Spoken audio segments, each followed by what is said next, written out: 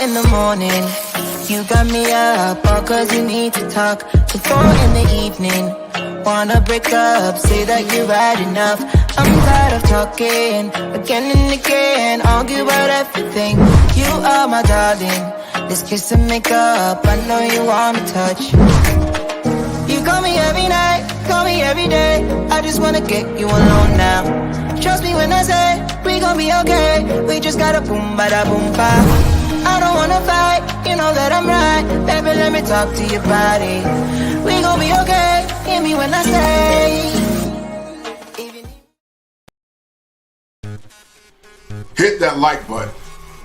Go ahead, do it now before I reach out into that screen and twist your hand like Aunt Esther.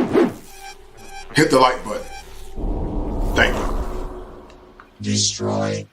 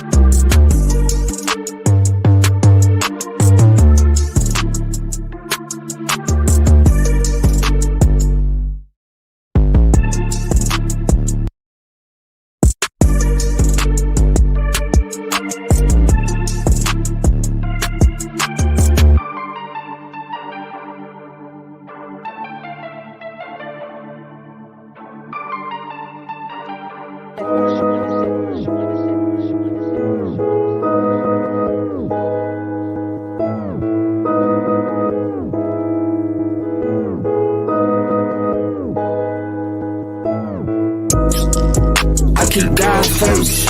I see evil, when I converse. Not today, say.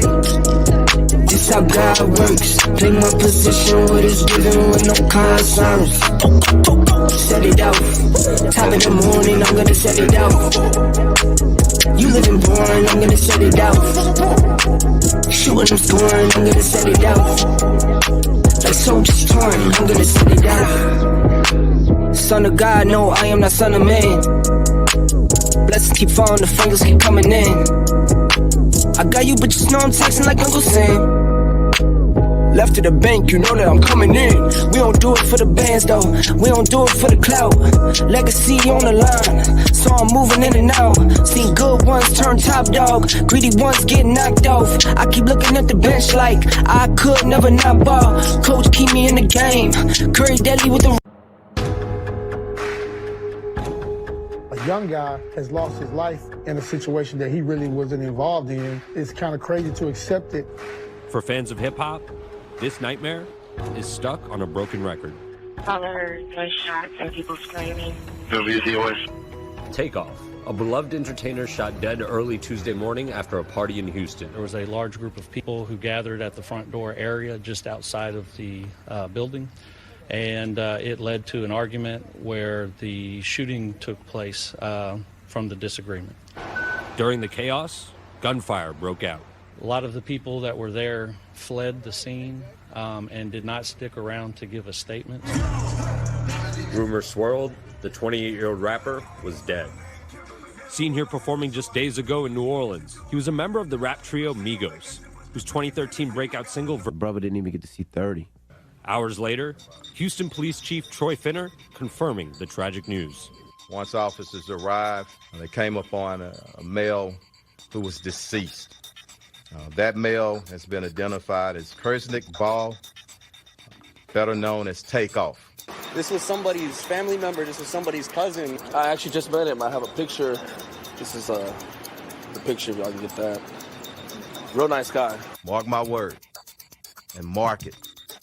This great city, with our great citizens, with our police department, we will find who's responsible for it. In a sad twist, Takeoff's new music video, Messy, a collab with Quavo, was released just hours before the deadly shooting. Don't let that bro stand, cause she too messy. His own words now seem haunting. This Revolt interview posting just days ago. I mean, time to give me my flowers, you know, right? I don't want them later on when I ain't here. On social media, an outpouring of grief from celebrities like Migos collaborator Gucci Mane, singer Kelly Rowland, and actor Marlon Wayans, writing, "There's no jewelry, no cash, no argument or disagreement worth a life. My heart is broken for this man's family." In the last several years, a shocking number of popular rap artists have been killed by gun violence. Just the past few years, you go from XXX, Nipsey Hussle, King Von, Pop Smoke, Young Dolph, Trouble, P&B Rock, Takeoff. Like, it makes me shake. I'm watching, you know, because it's like, we shouldn't be used to this. And when you hear one of these tragedies happening again, and I'm sure another will happen by the time that we talk next, what goes through your head? I mean, are rappers going extinct? The rap music industry is like an endangered species right now. People are going to assume that it was gang violence or whatever, and it might be something else. Right. It might have been just a dispute and not that, or it might be a personal beef. But there's some other things that are going to come out very shortly, and I think in the next day or two, that people are going to be surprised to find out. Takeoff started his music career as a teenager in North Atlanta. In 2008, he joined up with his uncle Quavo and his cousin Offset to form Migos. Cry me a river, give you a tissue. Bad and bougie. Hits like Bad and Bougie catapulted them into the spotlight. This is incredible. The song going mainstream after Atlanta actor and creator Donald Glover thanked the trio at the 2017 Golden Globes. And I really want to thank the Migos, not for being in the show, but for making Bad and Bougie. Like, that's the best song ever. And the group solidified their place in pop culture, wearing sequin Versace suits at the Met Gala. With Quavo, the unofficial frontman of the group, and Offset making headlines with his marriage to Cardi B, Takeoff was known as the quiet one. He was just really kind of laid back. He was really more into his art, more into his craft, more into his music, creating, writing songs, and just putting together projects and getting things done. Legendary DJ Greg Street has been covering the Atlanta hip-hop music scene since 1995. Atlanta's a melting pot of talent, from hip-hop, R&B, producers. Fire! The kosher clinician. Man, you know, because you appear to be about what, 5'7", 5'8". How tall are you, Yeah, Charles? I'm 5'8", 128 pounds. Oh no, I guess it. I'm 6'5", 6'6". But some would say, Charleston talk a lot of ish. It was a brother in the post said, I don't know, they got mad because you talked about the dead or Nipsey. What do you say to your critics? Hold on. I talked about a character named Nipsey. Got you. Okay, got you. Yes, sir. Break that down. I went to the funeral of this rapper. Yes, sir. Right? And while I was at the funeral, I'm watching all these people smoke weed. I'm watching all these people in the Staples Center there to celebrate. They there for Nipsey Hussle because of his music. Yes, sir. I'm sitting right behind the family in the entertainers on the floor. I'm close to the casket. It's a different feeling down there than it is when you look up in the crowd and as if they're at a concert, right? I started listening to his mother talk about a guy by the name of Irrational. I started listening to the family member, and Lauren London's son said that Irrational came to him in a dream, and Irrational was in heaven, and Irrational, this is a kid, 7-year-old kid saying Who's Irrational, Charleston? Break that down, brother. That's Nipsey Hussle. Oh, that's gotcha. his real name. That's Gotcha. the real person. So when I'm listening, we celebrate Nipsey, but we don't know nothing about Irrational. So it's easy for me to talk about Nipsey because he was a rap character. And what our people get stuck on is the rap characters. That's why we love Jay-Z. That's why we love Beyonce, and we don't love our uncles. We don't love our grandmothers who fed us. We resent them. We don't respect our aunts who once was crack smokers, but now they in church living their life and they ain't on crack no more. We don't respect our uncles who used to be dope fiends and now they got their life together, but they ain't dope fiends no more. Right. But we'll respect DMX. But when Earl Simmons was struggling with his addiction and he couldn't go play DMX on the big stage, they laughed at Earl Simmons. But soon as DMX died, DMX got an album that came out. Boy, if they would have gave Earl Simmons an album, maybe he could have fought through the addiction. Right. So you see how we love these characters but don't know nothing about the people or the person or the man. So I'm here to destroy that imagery character of Nipsey Hussle promoting Rolling 60 Crip. I see, right. See, Nipsey say, I'm gonna turn all these bitches into lesbians. Hold on, bro, you gonna turn all our women into lesbians? That's what Nipsey Hussle said. Right. But Irrational has a daughter. So what I'm learning is we're getting stuck on these characters. That's why the church goer gets stuck on the preacher and not the Spirit of God. That's why when the preacher say something that offends the congregation, they go to another church because they get stuck on the character of the man, preacher man. So we're getting stuck on these characters and we don't even get to know the man. So I assassinate the characters so we can look at the man.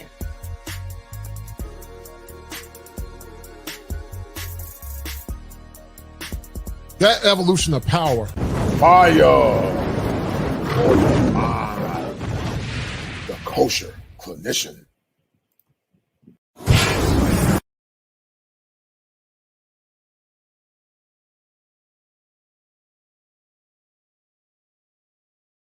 To it on tonight, we're going to have a good show, and the topic of this show is going to be based on the concept, is the modern day rap game part of death culture.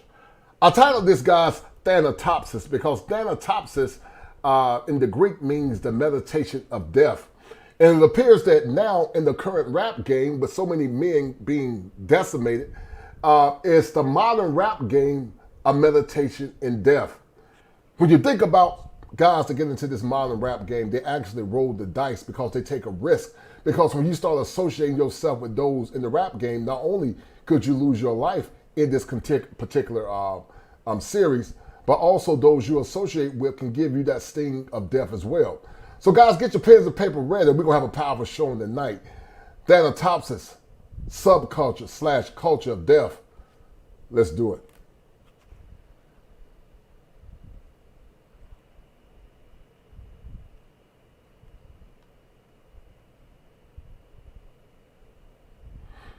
A minute, guys. Hold tight. I gotta give me 1 minute. We're about to get into it. Hold tight. We're going. So guys, tell me what you think. It's a subculture of death for real. Tell me what you think. I think it's real. Thanatopsis. Meditation on the culture of death.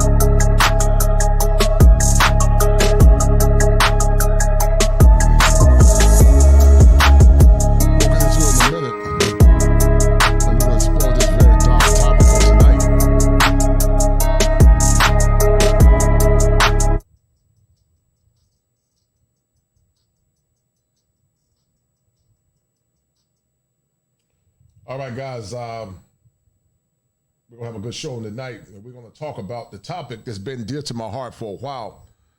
And the topic of discussion tonight is called thanatopsis.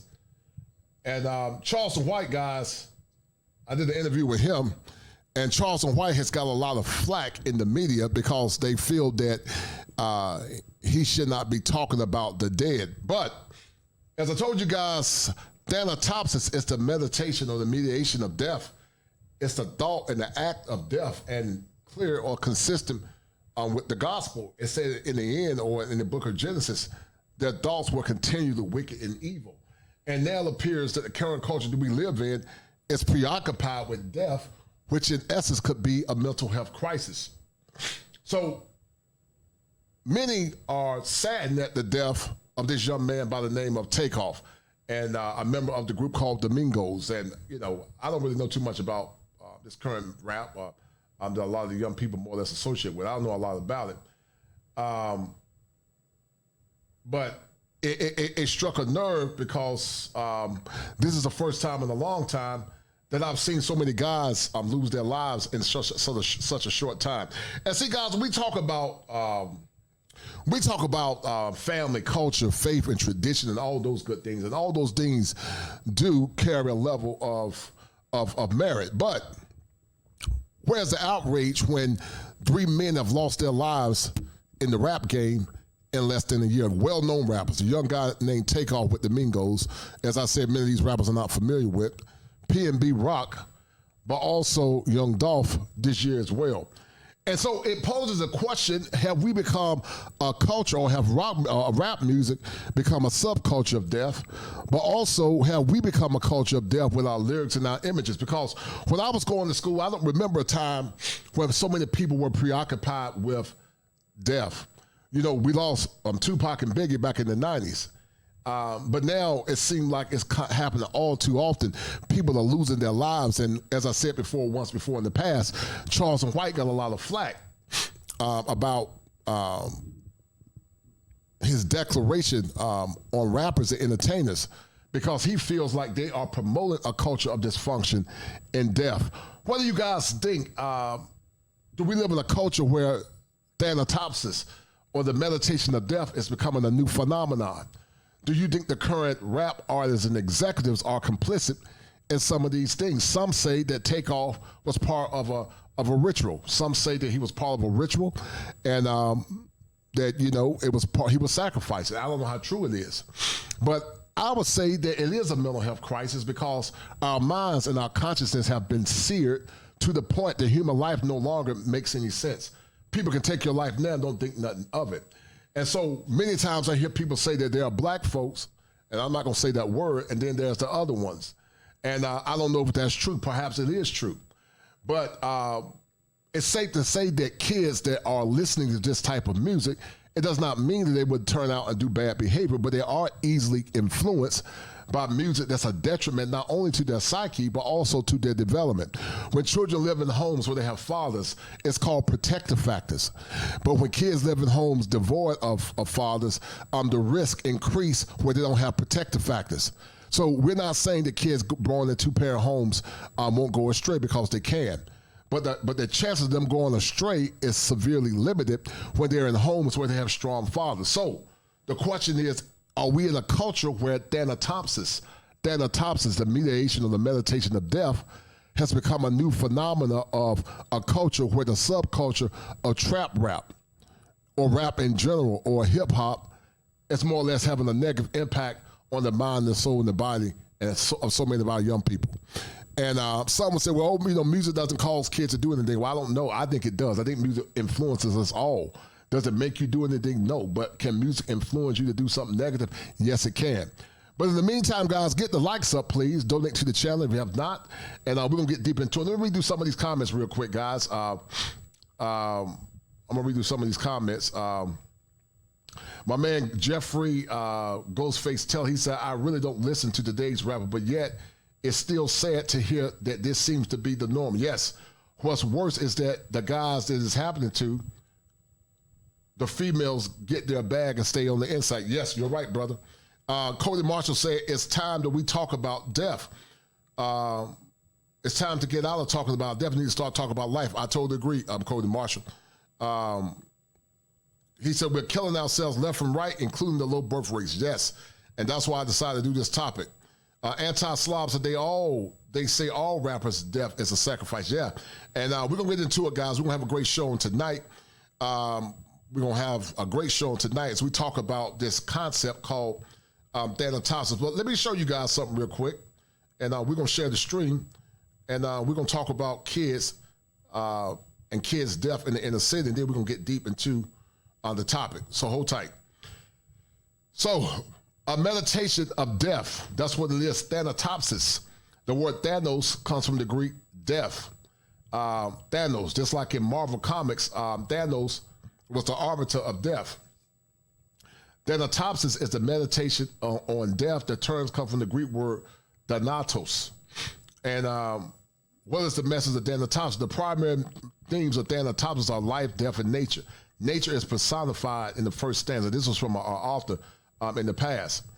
But it's the act of looking at death. And now all too often we tend to look at death as just like we're eating a sandwich.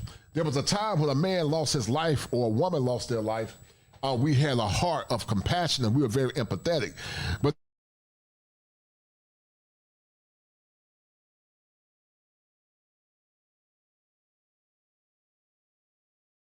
blink an eye on death as they did in the past. There was a time that people were saddened to hear somebody lose their life. But now, sadly, it's no big deal. It's no big deal to hear that somebody lost their life. And that's the world that we live in there, guys, where men now laugh at or more or less mock the concept of death. And then also consistent with theology, according to the book of Genesis 6:5, he said that the sons of God saw the daughters of men and they were fair and they took wives of which they chose. And the Lord said, my spirit shall always strive with man, for also is flesh, yet his days will be 120 years. There were giants in those days, and also after that, when the sons of God came to the daughters of men, they bare to them the same, became mighty men of old, and God saw that the wickedness on the earth was continual. And he repented that he made man. And so it appears now that we're in that dark vortex of darkness now, where death has become the new norm. Somebody said in the chat, it's easy to take the life of our children now. The woman says she got murder on her mind. And people say it so carelessly now. They don't even think of it. And also with some of these rappers getting deleted, P&B Rock, Young Dolph, Takeoff is the latest one. It makes you wonder, are they sacrifices to some unknown force or unknown being? It makes you wonder that now we become so preoccupied with Thanos or the concept of death that our empathy for our fellow man has diminished greatly. And as I said before, guys, I don't remember a time where people were so preoccupied with death. And when I heard about this young man Takeoff losing his life, it lets me know that so many guys are gambling their lives away. So many are gambling their lives away with the preoccupation of death, which many will argue is not only a detriment to them mentally, but it's a detriment to a community that's slowly but surely dying. And that's something we need to think about more or less, but it appears that we don't think about it anymore. Some would say we don't even care anymore about the topic of death. And just like we don't care anymore about the topic of death, it's also safe to say we don't care when we hear, because we hear so much of these rappers losing their lives, guys, on a consistent basis, on a very consistent basis. But once again, Charleston White, guys, has been I did an interview with Charleston White about a year ago, and I'll bring that up at some point. And Charleston White came under a lot of fire because Charleston White, in his message, some said that he should not be talking about the dead. And some felt like he was too harsh. And I can understand where people are coming from. But Charleston said he's not mocking the rapper, the person, he's mocking the rapper, which is the character. You guys tell me what y'all think. Indigo Flow said, I was supposed to be in Memphis that weekend. Young Dolph was killed. Messed me up because he was the same age as me, right?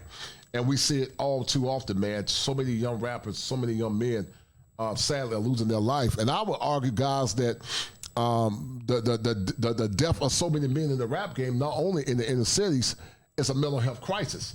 I would argue that it's a mental health crisis, to say the least. Let me see, inner city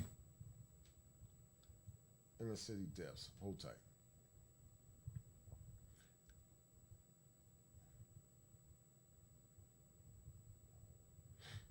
Hold tight. So the 2020 came as one of the most violent years in a decade with gun violence. Let me show you guys the clip real quick. It was in Time magazine. See if I can find it. And we're going to get right into it. Hold tight.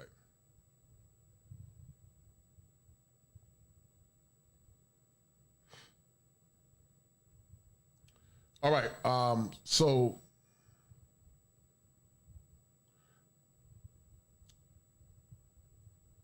Time magazine guys talked about that the end of the 20s being the most violent decades and years concerning death. A person came across this year was taking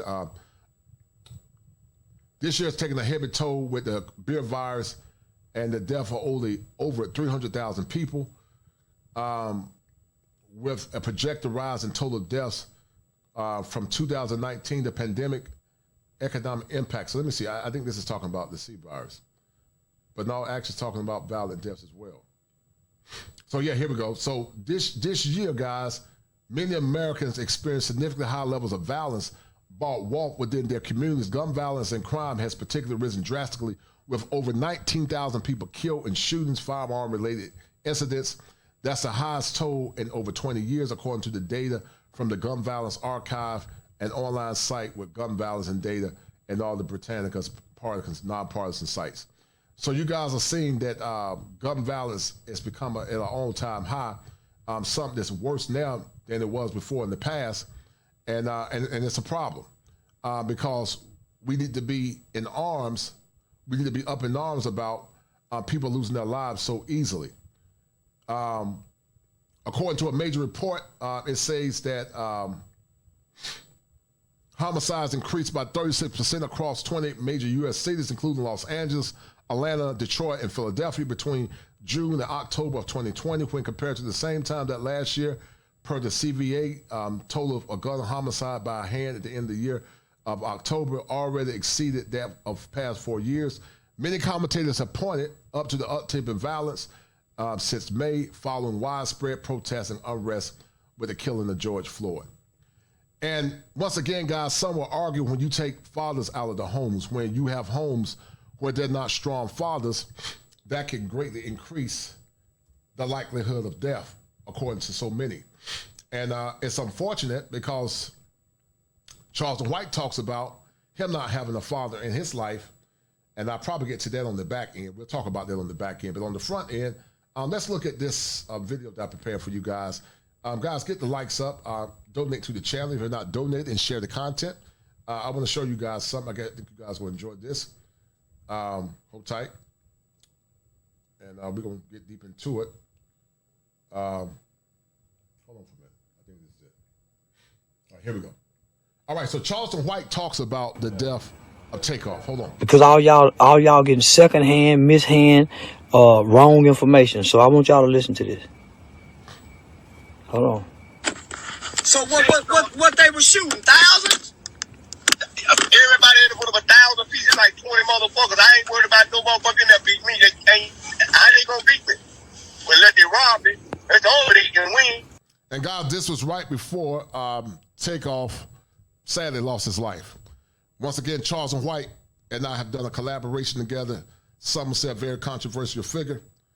But you guys tell me what y'all think about the death of Takeoff. Hold tight.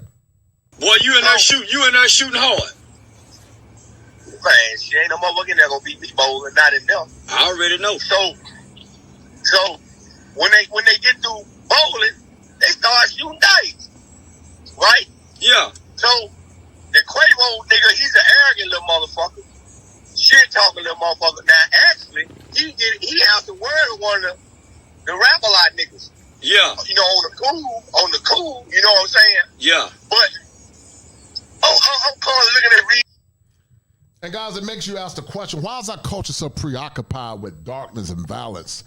have we programmed ourselves, not all of us, but many of us, to a culture of darkness and violence where it's incessant profanity, incessant handguns. As I said, Charleston White got a lot of flack for calling out the characters associated with this subculture called trap rap and also not gangster rap, modern rap and hip hop. He got a lot of flack for it. But I think what Charleston White is saying is true. And once again, he did a show with me, and we're going to break it down, guys, about a year ago. Hold tight. This shit and listen to the media. Yeah, it started over a dice game and a fight, altercation went down outside. Shout out to my man, XL Pro, for that $5 super chat. I appreciate it, sir. Thank you, XL Pro. I thank you for your kindness. Thank you, sir, for always donating, showing, supporting the channel, brother. You are the one. I appreciate it, XL Pro. Thank you, sir. Oh, that's a goddamn lie. That boy, Charleston, you know how you ever met somebody right before they died and it's like they there, but they ain't there? Yeah. That man was there physically, but spiritually and mentally, he wasn't there. It was his time.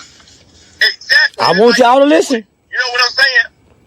Say, man, the man sitting beside my old lady, right? Yeah. The man glass is empty. Ain't no alcohol in it. Empty. We counted that boy turned that goddamn glass up 5 consecutive times, man. He didn't sit it up like, what the fuck, ain't nothing in the motherfucker? He kept sipping on the cup like it was something in there. Like it was something in it. He picked up that bottle, he just rolled that bitch and took off. He just, his mouth, like he wasn't even there, man. Listen, he didn't say nothing to nobody. He didn't bother nobody. He was off to himself, like he was waiting to go. Like he was waiting to go, bro. He never came to that fucking dice table, never took a bit, never even walked over there. You know what I'm saying? Like I watched the man. Like I'm like, damn, what's up with him? Say, man, that man ain't saying 2 words to a motherfucker now, man. Like he was in a whole nother dimension. So basically what Charleston is saying is that he feel like the Takeoff knew that he was going to lose his life. Some feel like he knew that he was going to lose his life. Some say that he was sacrificed, and we're going to get deep into it at some point. We know that the music industry is very wicked, and we're going to get into it in a minute, but we're going to keep listening to it, guys, because we've lost 3 black men with this subculture called drill rap, hip-hop, and also trap rap. And it makes you wonder, is this new phenomenon a mental health crisis that needs to be discussed? Because just like in the beginning of time, or when the world was coming to an end, their thoughts were continually wicked. And it appears that it's an uptick with the thoughts and the deaths of so many people, and death now is becoming so normalized that people have lost empathy because the hearts of so many have become so dark and cold. Hold tight. Boy, you done arrested my spirit with this one. Hey, man, that man ain't even. Now, there was a white boy made a post on Twitter, and they trying to act like they looking over.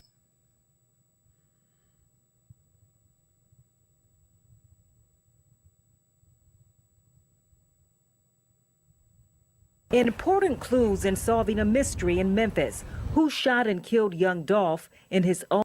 Fair use, fair use, fair use. And you guys know that they're still trying to figure out who killed this young rapper, Young Dolph. As I said before, guys, earlier, I don't listen to rap. I don't really care for it. Not this generation of rap, but when you hear so many men losing their lives, it's there. Queens, you made a very good question, asked a very good question. You said respect to the culture clinician. Another question might be, is the rise of baby mama culture with zero male mentoring at the home the reason so many men are running around shooting each other? Yes, sir, I agree with that, man. And as I said before earlier, when I used to work in prison, many of them over-identify with their mothers, and many are very emotional. And many guys, when they get frustrated and think about taking your life, this is what they say. Yeah, we changed the balls on my mom. They be broken balls. Kill some of my mom. They back me look like that's on my monkey. That's on my monkey. That's on my monkey. Yeah, so we have become a culture of predation, sadly, kings and queens, to the point now that taking a person's life becomes nothing. Guys, do me a favor, get the likes up, share this stream. I want these young men to hear about this because I put a lot of time in this show, almost 6 hours. I've been working on this show all day, and I want the young men to hear about this subculture called deaf, this subculture called hip-hop, and the broader culture called deaf. I don't want to see another young man lose his life. It's a crisis, in my opinion. It's a crisis that needs to be addressed. It's a shame that 3 rappers have lost their lives in less than a year. And some say it's tied to darkness. I believe it's tied to a spiritual issue as well. But we're going to get deeper into it, guys. If you have not donated to the channel, donate to the channel. If you don't have any money to donate, I need at least 10 people to share the content. Share this content, help this channel grow, because this new rap currently, guys, in my opinion, is a mental health crisis. Shout out to my man Vander Van for that $5 Cash App super sticker. Thank you, brother. I appreciate it, Vander Van. And guys, once again, is it a culture of death? It's the modern music, a culture of death. It's drill music and whatnot. Even though it's a personification of what's going on in the world, is it closely associated with death, because it appears that anytime you see things associated with black men now, it always sadly ends in death. Music many times is a reflection of life, and that's the question we got to ask ourselves. At about 1:15 p.m., Southeast Patrol officers responded to the 100 block of Manchester Avenue for a robbery that just occurred. When they arrived, they found a male suffering gunshot wounds, and that male was then transported to the hospital. What occurred was the victim, along with a female witness, were in this area eating at a restaurant when they were approached by at least one suspect who brandished a firearm and demanded property from the victim. The suspect then shot the victim multiple times and removed property, and then left the location in a getaway car. The getaway car fled in an unknown direction. We don't know where the vehicle went. Officers then were able to close down the scene until until we could find out what the status of the victim is. I'm sorry to say that the victim has been. And guys, all too often, these young men roll the dice. They roll the dice to the point that their lives are taken. Sometimes it's taken by the people that they associate themselves with. And as I told you guys, I don't really know too much about this current rap music, or whatever you call it, drill rap, tap. Call for President Anthony said the drill music and trap music is not hip hop. Please call that garbage rap. Yeah, I don't know. Yeah, I got you. So drill music and trap music is not hip hop. Well, yeah, I just tie it all together. But yeah, thanks for the prompts. But more or less, what you guys are beginning to see now, guys, is that now it's becoming all too often. And anytime you see guys in drill or trap or whatever you want to call it, there's always a darkness that always ends in death, sadly. And it will appear that drill or trap music is leading or more or less associated with many as it relates to death, and also thanatopsis, a mediation or meditation on death. Hold tight. Pronounced deceased at 1:59 hours today. South Bureau Homicide is working this case, as are many other detectives. The victim was sitting at a table eating with a female witness when he was approached by the suspect. The suspect then brandished a firearm and demanded his property. We don't have the audio as to what the exact verbal exchange was at that time. The suspect then fired multiple rounds and then appears to remove some property. To what extent, we don't know at this time. Hi, everyone. George Stephanopoulos here. Thanks for checking out the ABC News YouTube channel. If you'd like to get more videos, show highlights, and watch live event coverage, click on the right over here. So what do you guys think about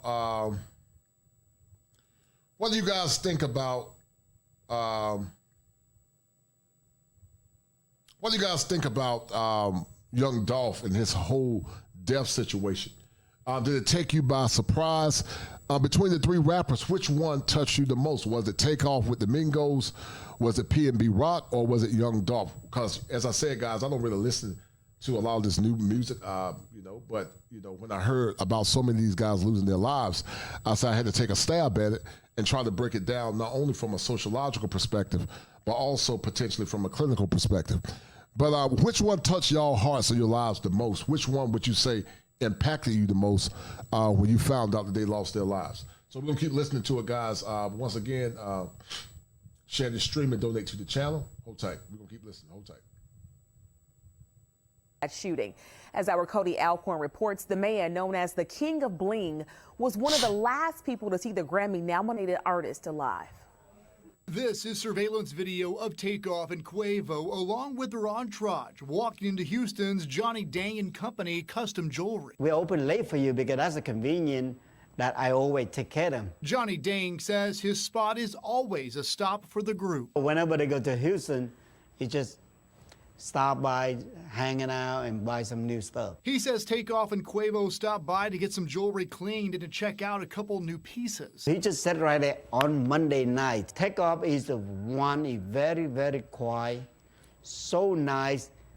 I've been around with them so many times. Hours later, Takeoff was gunned down after leaving a private party in downtown Houston outside a bowling alley. A shock to the entire hip-hop industry and fans around the world, including Dang, who is known in the industry as King of Bling. Losing. Now, Max7114 said something I didn't know. He said drill is slang word for murder, originated from the gang culture. Then a genre of music was created from it. Interesting. Thank you, Mac. I didn't know that you taught me something. And they do associate it with hip-hop. And so that's why I did this show called Thanatopsis, because people meditate and think about death, sadly, all the time. They think about death, sadly, all the time. Death now is becoming a new normal. Sadly for so many guys. Get the likes up and donate to the channel, please. Thank you. You know, lost one of the member, like Takeoff, is a very big loss. Houston police say about 40 people were outside that private party when something went down and shots were fired. Police confirmed at least 2 weapons were fired. As of this hour, no one has been arrested in connection to the homicide. For more details and to keep up with the very latest on this investigation, you can follow all of our coverage right now at 11alive.com. Make you famous.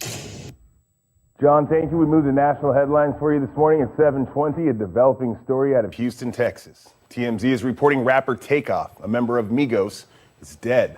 The 28-year-old was reportedly shot to death at a bowling alley in Houston at around 2:30 this morning. TMZ says Takeoff was there with Quavo, another member of Migos. Sources say someone started shooting after a fight broke out. Takeoff was pronounced dead at the scene. Now, I'm sure you've heard the news at this point. It's been really hard thinking about making this video because I've been so shaken up about this. For anyone who still hasn't heard the news, rapper Takeoff, member of the collective Migos, has died at the age of 28. Essentially what happened is, according to reports, Takeoff and Quavo were in Houston, Texas last night playing a game of dice. Apparently they were hosting a private party at a bowling and pool spot located in downtown Houston. Some kind of altercation broke out. I don't know how, but that's what happened. One thing led to another. Someone caught a bullet to the head. Takeoff was that person. Takeoff unfortunately died on the scene, and he was bleeding to death as Quavo was yelling for someone to get help. I'ma feed my family, nigga, ain't no way around it. The last thing I want to do is make this type of video a news video, because there's a lot of news out there and I don't just want to be another news outlet when it comes to a conversation like this. Instead, I want to make a statement and I want to leave you with something to think about. So now let's transition to this next part. It's a little bit of a rant. I recorded this at 4 or 5 in the morning when I found out about the news. So anyway, let's keep on talking. I think what has to happen is we just have to get really out. So guys, when you see this incessant violence, what does it do to your psyche? Some say that Quavo or QC has something to do with it. What do you guys think about when y'all hear this? Is it unfortunate so many of your brothers are losing their lives, or men, or in general are losing their lives? I think they said in the last 2 years, over 20 folks, over 40, 50 rappers have lost their lives. And that's why I say that this rap/drill music type music is a culture of death.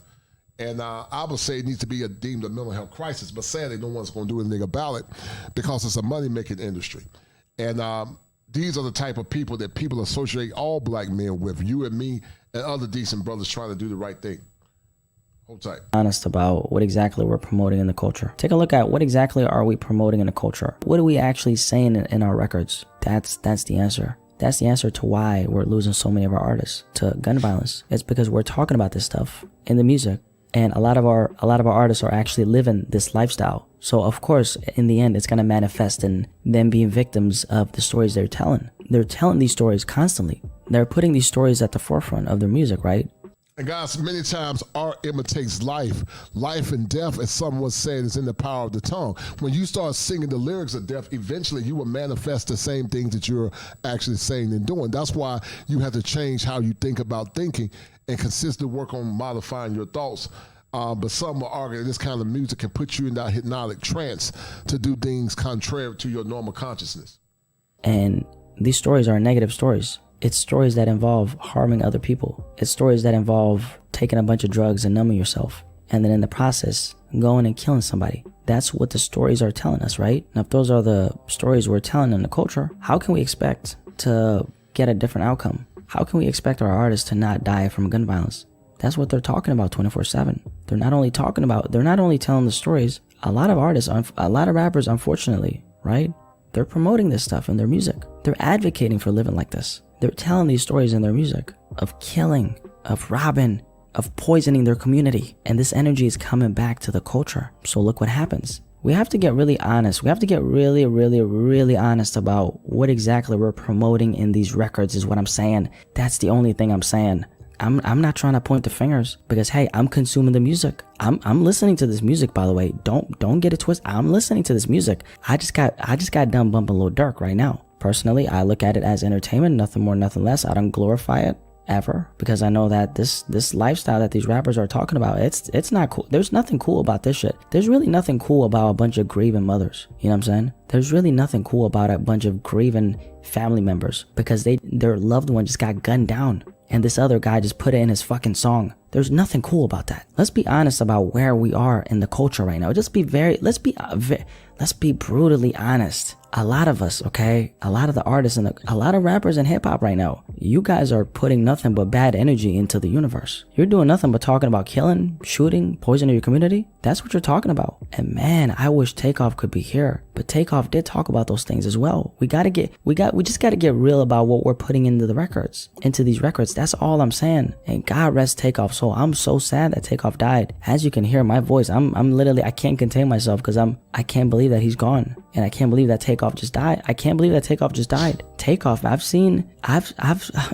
following Migos for a long time. Now Takeoff is dead. The backbone of the group is dead. Takeoff just died. Guys, we gotta get real about what the fuck is going on in the culture right now. We gotta get real. We gotta get really fucking real. And I really don't know where we go from here because here's the thing, right? We always talk about how we gotta change in the culture, right? We always talk about that when an artist dies, but we never change. I mean, P&B Rock died a little over a month ago, and people have forgotten about. People have moved on from P&B Rock's death. That's the crazy part. Hip hop, we've moved on from P&B Rock's death. I mean, we've already moved on. It really does. It genuinely scares me that we're moving on so fast. We've moved on so fast from P&B Rock's death. It's not even funny. Did y'all notice that? Did you guys notice that? I noticed it. I pay attention. I see it. And I see that hip hop, we're very forgetful. We're very forgetful when it comes to our artists dying now. And we expect this to happen is the thing. We expect our artists to die at a young age. Think about that for a second. Think about the fact that we expect these rappers to die at a young age. We expect it. We've seen the movie so many times to the point where the movie is we already know what the ending of the movie is. So we expect to see the same movie over and over again, right? It's really sad what's going on in the culture right now. This is not normal. These rappers are not supposed to be dying like this, man. Y'all got family. Shout out to my man Top Gun for that $20 super chat. He said, I'm not sure if you're familiar with Fannie Willis. She's the Atlanta DA who's targeting rappers and their gangs with RICO acts. And she's getting death threats from the community and trying to clean it up. Yes, I've heard about her. She's a black woman. She's a DA in Atlanta. Yes, sir, Top, but I heard about it. And she has been getting death threats, sadly, because now we live in a world where when we try to clean our act up, the person trying to clean the act up becomes the target. Thank you, Top Gun, for that $20. That's a bet, right? That's a deal, right? That's a deal, right? Appreciate it. Thank you, Top Gun. That's a bet, right? That's a deal, right? That's a deal, right? Got 5 on it.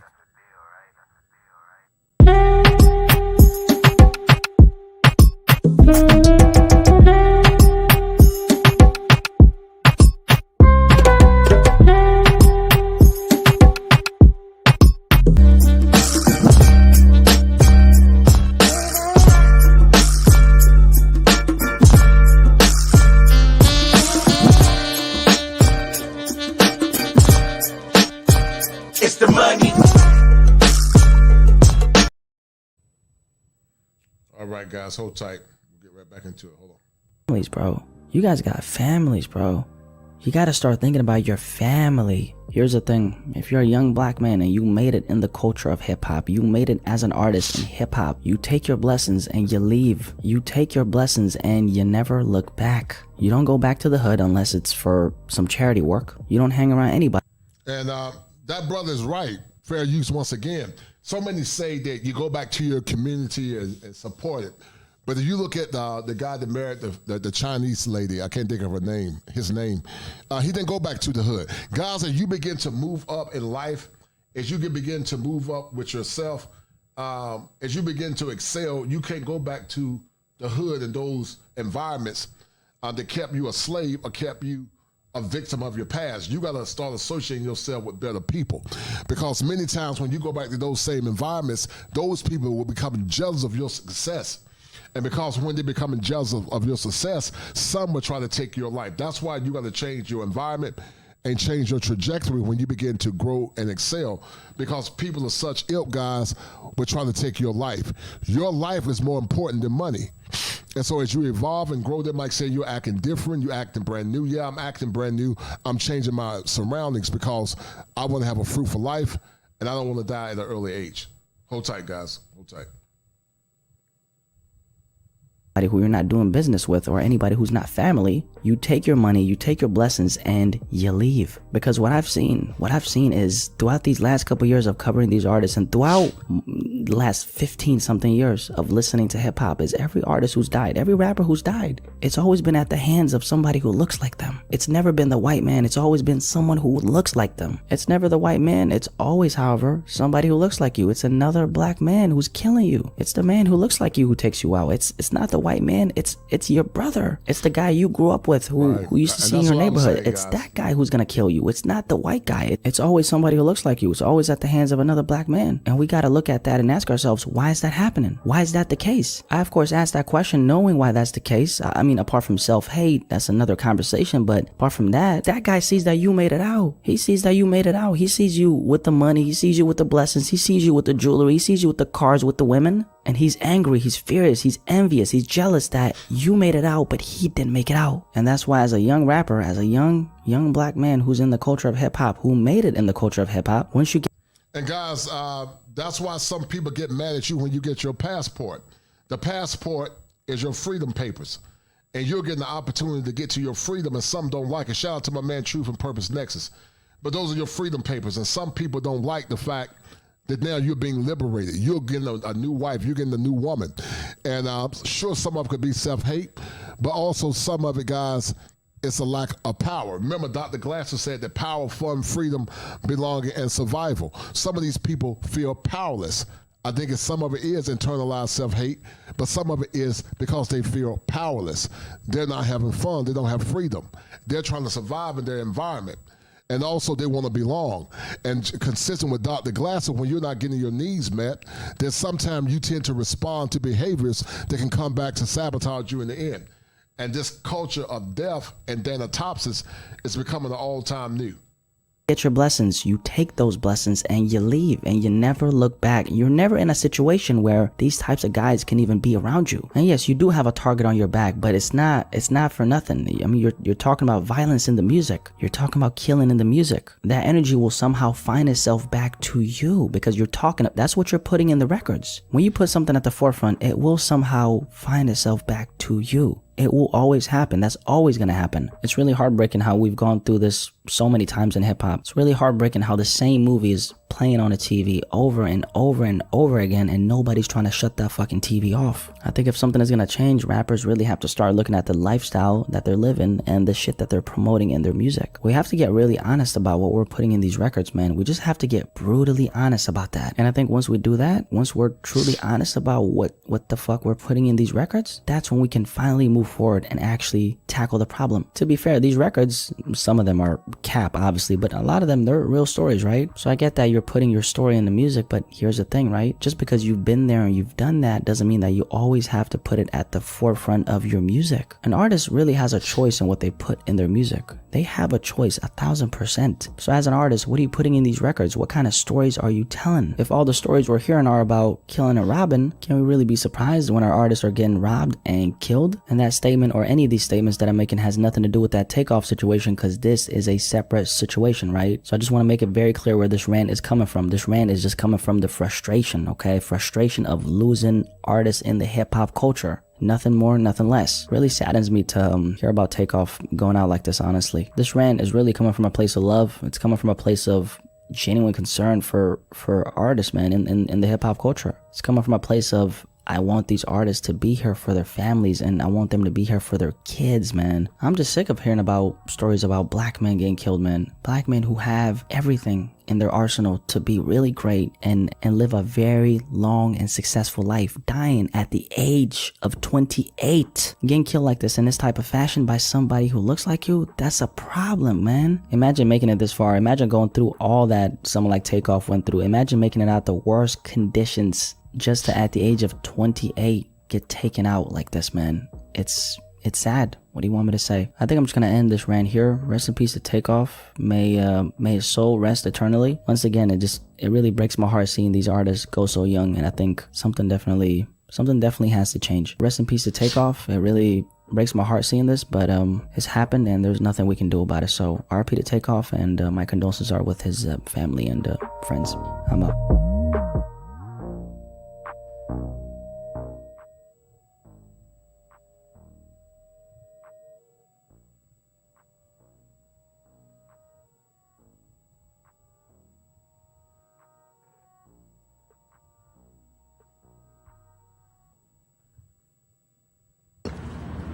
This music industry is a God blessing. You need to stop it. God don't like that we in this music business. God don't like that we talking about. And guys, this is the dark side of the music industry. Some say it's a culture that's tied into darkness and the occult. Some feel that it's tied to what we call parapsychology. That's a side of psychology that supersedes natural phenomena. But guys, tell me what you all think about the evils of this rap music, because some say it's tied to demonic activity. Hold tight. Money, cars, and clothes and hoes. So if you want to be in this music industry and you want to get money, understand what it comes with. That it's not from God. It's from the devil. Understand? I just want you to understand that, you know, because I don't want y'all to get lost in the sauce and complain what y'all going through and why y'all going through it. Period. It's not from God. Stop saying it's a God blessing. It's not from God.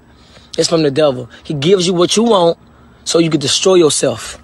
Now, what you saw right there was a video of 21-year-old singer/rapper YK Osiris discussing some of the dark realities of the music industry. You might remember my The Rap Game is a Dark Place video I made last month, a video that of course was very well received by most, but it definitely upset a lot of people. Essentially, I was in a way discouraging people from becoming rappers. It was almost like a bait or somewhat of a test, because the people who got discouraged from pursuing their rap dream due to watching my video never wanted to become rappers in the first place. Those people simply don't have a strong enough reason to continue, because my opinion and perspective of the rap game made them question their so-called dream. I think you understand what I mean when I say that. Every opportunity I get to highlight the reality of what really goes on behind the scenes in hip-hop, I'm gonna go out of my way to cover it. Why? Because most people simply don't talk about it. Believe it or not, it's a very taboo topic, because what do we as rap fans see when we go on these rappers' Instagrams? All we see is millions of followers, millions of likes, constant flexing, jewelry on fleek, multiple cars, an extremely fast life, rappers doing the money phone, etc. There just isn't enough focus on the other side, which is the most important side, because that's what makes an artist human. That's what makes them relatable. It ain't the flashy jewelry, it ain't the cars, it's the sensitive side, the more human, honest, and real side that they either choose to show or, like a lot of rappers do, hide. So a friend of mine actually sent me this little rant YK Osiris had, and he asked me what I thought about it. My response: I see where he's coming from, but this is coming from the wrong place. Let me explain what I mean. See, what YK Osiris said is 100% the truth. A lot of rappers talk about how they love God so much, but at the same time they worship their material possessions. Not only that, but they also, you know, brag about their sins on their songs and influence millions of people with their words, for good or for bad. By the way, I just want to make this very clear. I'm not religious. I'm not trying to make this video sound like some kind of holy ceremony or anything like that. I listen to these kind of rappers. I listen to that kind of music. I'm just trying to make a point and connect what he said to hip-hop. Continuing. The point is, YK Osiris is not lying. But then again, let's not forget this. It's all about what you do with that fame, money, and power that you garner when you become a successful rapper. And this is actually something I wish I would have mentioned in my, the rap game as a dark place video. Even though I'm one of those people who talk about the dark truths of the rap game, I also gotta say this, you don't have to go that route. There's a lot of rappers who are well known and eating off of their craft, but they've still preserved their morals and values in the midst of getting there. To be honest, I would say that the majority of rappers won't actually ever get there, because at some point, okay, most rappers, they make some kind of sacrifice for the quote-unquote greater good, which in reality might not be so good, because the greater good involves you essentially signing your life away and becoming a slave to the corporations, aka the labels, because you want to elevate your rap career, not knowing there's a price to that. And just to keep it 100% real, most rappers are not ready to do that. Of course, they do it anyway, because that multi-million-dollar check the label is waving in front of them is so tempting, they're willing to throw away their integrity and ethics just to reach the top. These are the same rappers you hear complaining about how they don't like being signed to a label. Now, why does this happen? This happens because they're trapped. They signed a contract and now realize that the idea of being signed isn't so pretty anymore, and breaking the contract ain't an option.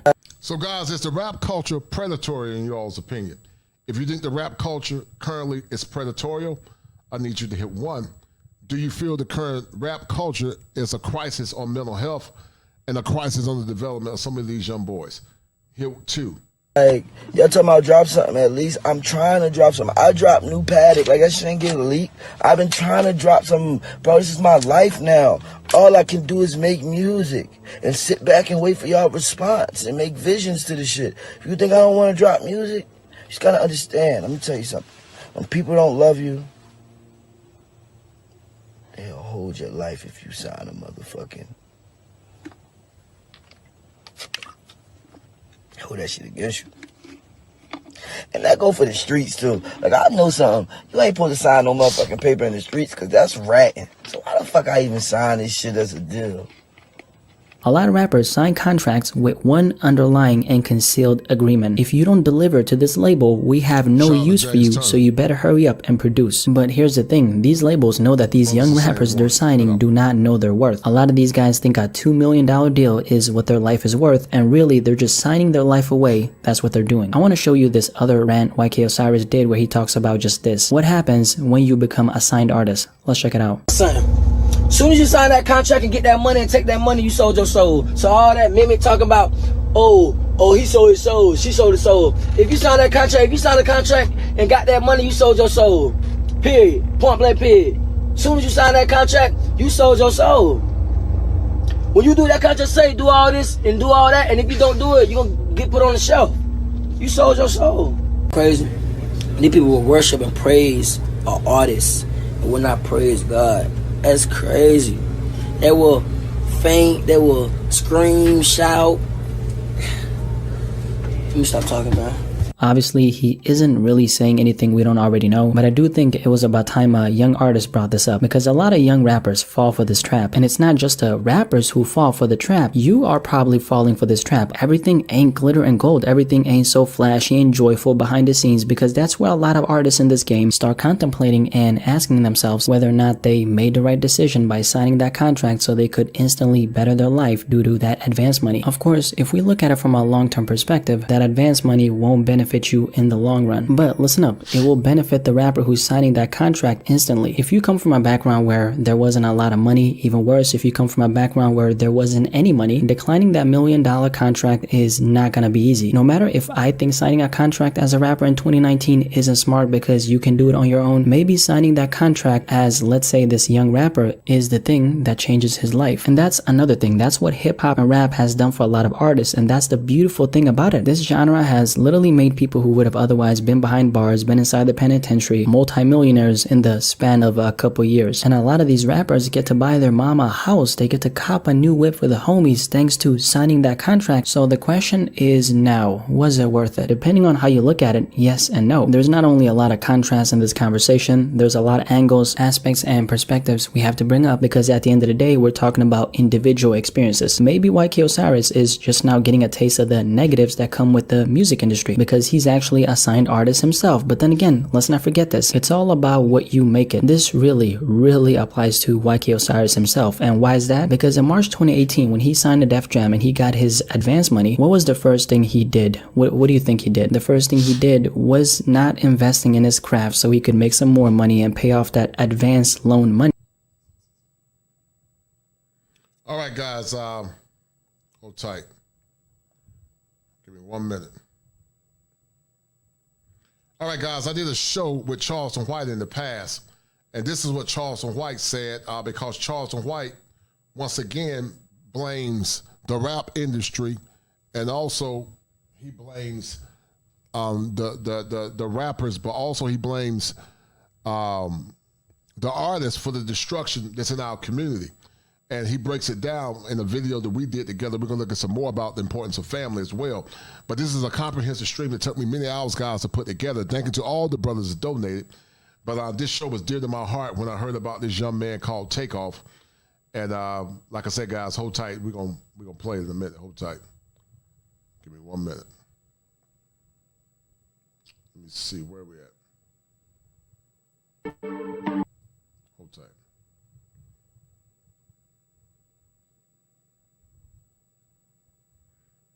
All right, here we go. Fire for your mind. The kosher clinician. Question real quick, and we'll do a part 2. Who is the real Charleston White? Who is the real Charleston White? Man, let me just say this. The real Charleston White is a man who has remorse for killing somebody as a kid. No doubt, I respect I'm empathetic about that because I met that man's family and I looked at them people, man, and you can say what you want about white people, man. Them people got every reason to hate us, and they forgave us. They forgave us. Charleston is a man that lives to make his mother proud, homie. So some of the things I say, man, my mother won't even let nobody tell her about because it's some shameful thing, calling women bees, but even Jesus' mother and father didn't understand the role he had to play. Mama hate the fact that I will put myself and put my life in jeopardy to speak how I'm speaking when I can easily just go back and work with kids. Right. But man, I'm operating out of my convictions. Right. Out of what I know that's against and hurting our communities. Right. I participated in it. I done it. So Charleston White is a man that's operating and walking in purpose, that wake up every day facilitating a vision. I have a plan. Before I walk out of my door, I get in my shower and I get in that water and I drop to my knees and I ask God to fill me with whatever Holy Spirit, whatever spirit you got, God, deposit it in me. God, don't let my heart be hardened toward my own people. God, I don't want to be hateful. God, I don't want to be wrong. If I gotta cry, I cry.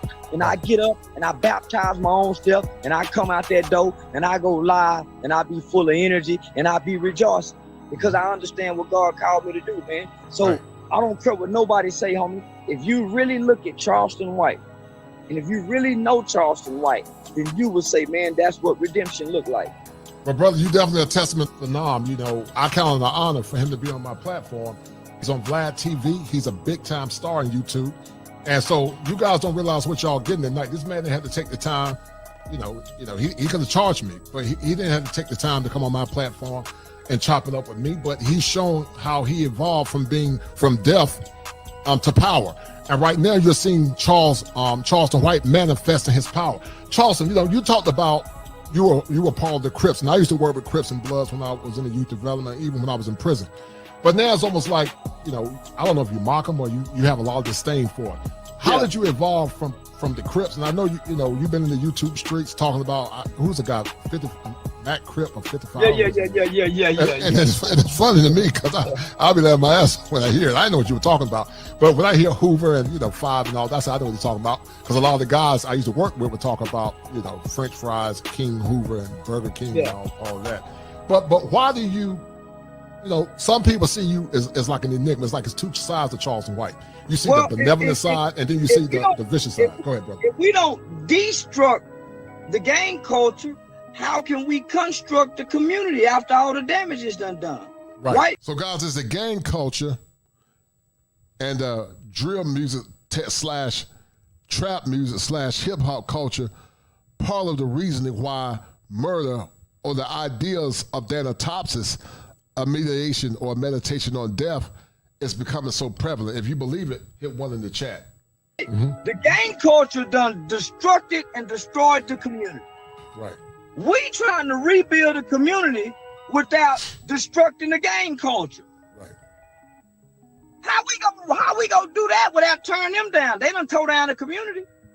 So you worked in the juvenile system, bro. Yes, sir. Come on, big bro. I did.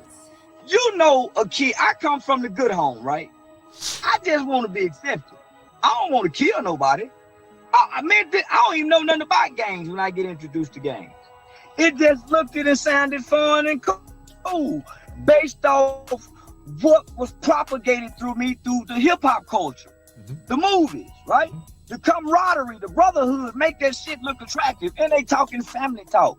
And they got somebody calling themselves OG big homie that's playing the role of a father who give you a hug every time y'all shake hands. Yeah, man, so nigga, I fight for you. So in the juvenile system, most niggas who join gangs didn't join gangs on the streets. They joined in the juvenile system. Right. Went back home with this new stuff. So when I got in, man, it was a trend to join a gang, man. And I joined inside the juvenile system. We ain't never had a 20-minute fight. Nobody's never been brutally hurt behind the gang banging inside the juvenile system. Maybe a few knots on the head, few broken knuckles, few broken nose. We just in the juvenile system being boys. Right. Right. Under the banner and the name of gang banging. So most of us, and even the juvenile workers used to say, man, you faking. When you go back home, y'all ain't even go right each other. Y'all ain't even go see each other. Y'all just doing this while y'all here. And they wasn't lying. So as I began to get older, brain development played a part. I'm in an environment that's healing my childhood issue. I'm in an environment that's addressing my childhood trauma. So if I'm getting healed in this juvenile facility, and when I come out, I'm healed, why would I still need the game? Right. I don't have the same issues that made me enter into the game. So in my 18, 19, 20, 20-year-old brain development, I'm getting closer to my prefrontal cortex connecting. So my logic and my reasoning is starting to become more clear at 21 compared to 14 and 15. Right. And now the culture is shifting. The culture is saying, fuck gang banging, and excuse my language. Oh, you're fine, in 97, 98. Tupac had died. Biggie had died. Now the culture is propagating and promoting hustler drug dealing, not gang banging. Gang banging was promoted during the 90s. I'm coming home late 90s, early 2000s, so the culture is shifting. This stuff is more cultural than anything. The culture has more influence sometimes than the home teachings. Right. If you don't have a balance inside the home. Right, true. So that's where the evolution of Charleston saying, hold up, man, this gangbang stuff don't make a difference. I joined when I was a 14, 15-year-old kid, just entered into the juvenile system, wanting to prove I'm tough and I'm down. And made a hell of a name for myself. Boy, I worked my way up the ranks. I started calling shots. The big homie OG Zim left me to call shots. I called shots. I reigned 3-4 years with an iron fist. Playing, man. And the staff workers knew I was playing because they could see my mother and they could see through this hardened facade that I was putting on. Man, that's a good kid. And so that's how I got out, man. They came back and they testified, you know, this kid playing. He's a good wannabe gangster. And now just think, if he pretending like this and almost got all us, just thinking we put him in, you know what I'm saying? I got people fooled like I'm really this cripped out little bitty dude. Man, I was playing the whole time. So when my homeboys grow up and say, oh, what's up, nut cuz? And we start having dialogue and I tell them, man, I was playing the whole time. Fire. All right, guys. What do you guys think? Are too many guys in the rap game rolling the dice? Are they taking too many chances to the point that they're losing their lives? Have we become a culture where rap music and also the negatives associated with rap music is becoming an all-time new norm? And because it is becoming an all-time norm, What does that say about our culture to the point that so many young men are losing their lives so consistently? It's this new drill / rap hip hop type music is a part of a mental health crisis. And if it is, where do we go from here? Let me see, guys. I want to show you guys something else. Another show. Charleston was talking about the impact of family. And do you guys feel that the lack of fathers in the home is one of the reasons that we're having the issues that we're having now? Charleston White spoke against the rap culture. And also he spoke against rap music, to say the least. And this is one of my classics, guys. But what do you guys think? James Turner said a big difference between rap and hip hop. Gang culture had been out since the 60s as far as I know, but it really took off when the movies Colors came out. So rap and hip hop, that's interesting.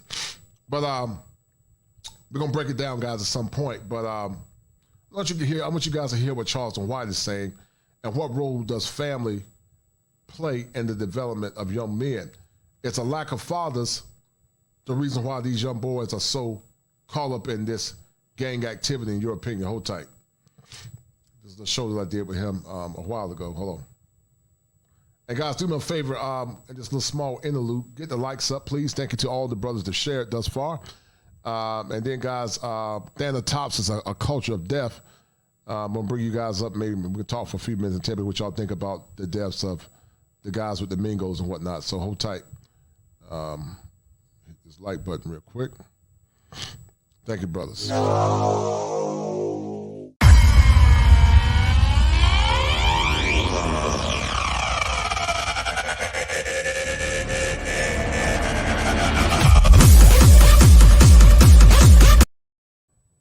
right. And ignore the timeline of events.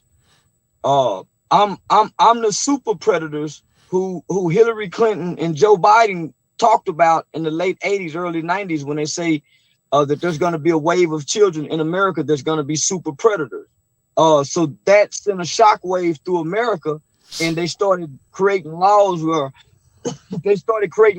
they can take a 12-year-old in America and sentence him to life without parole. Yes, sir. It's something that he does as a 12. So they start creating laws, 3-strike laws, mandatory minimum. But for me, I'm in the state of Texas. And in the state of Texas, during that time, we had a governor by the name of Ann Richards. Mm-hmm. Ann Richards was a recovering alcoholic drug addict, right?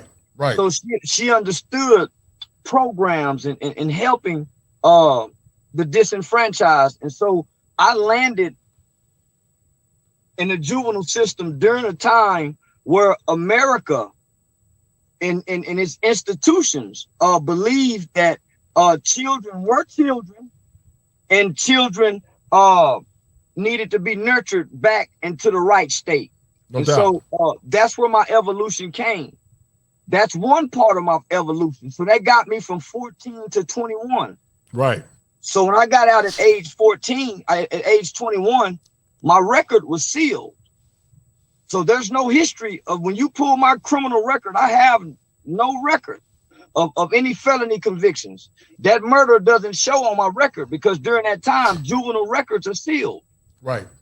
Right. So I landed in a group of children who became the first generation of children in Texas, as well as in the South and the southern regions of America. We're the first children in America to begin to commit crimes such as murder and capital murder, and began to be tried and sentenced for these type of violent crimes. Right. So because of that, that's how George Bush became governor of Texas. When he ran for governor, his main platform was juvenile justice, tough on juvenile crime. That's what got him elected. That's how he was able to beat Governor Ann Richards, right? He's going to be tough on children. Right. And so, man, they changed the laws in America, man. And so when I got out in 1998, my juvenile record had been sealed. The state of Texas probably spent over $10 million investing into my therapy, investing into my cognitive development. Right. You see what I'm saying? So we had the world's best psychiatrist. I grew up in a home in school. It was co-ed, boys and girls. but everybody there was either a murderer, a rapist, a kidnapper, an arsonist, you know, violent youthful offenders. Right. The people who worked there was called house parents. They wasn't house called, parents, right. They wasn't called juvenile correction officers. So the title of the worker shaped the mind of the employee. I'm a house parent. House parent, right. They was like our parents.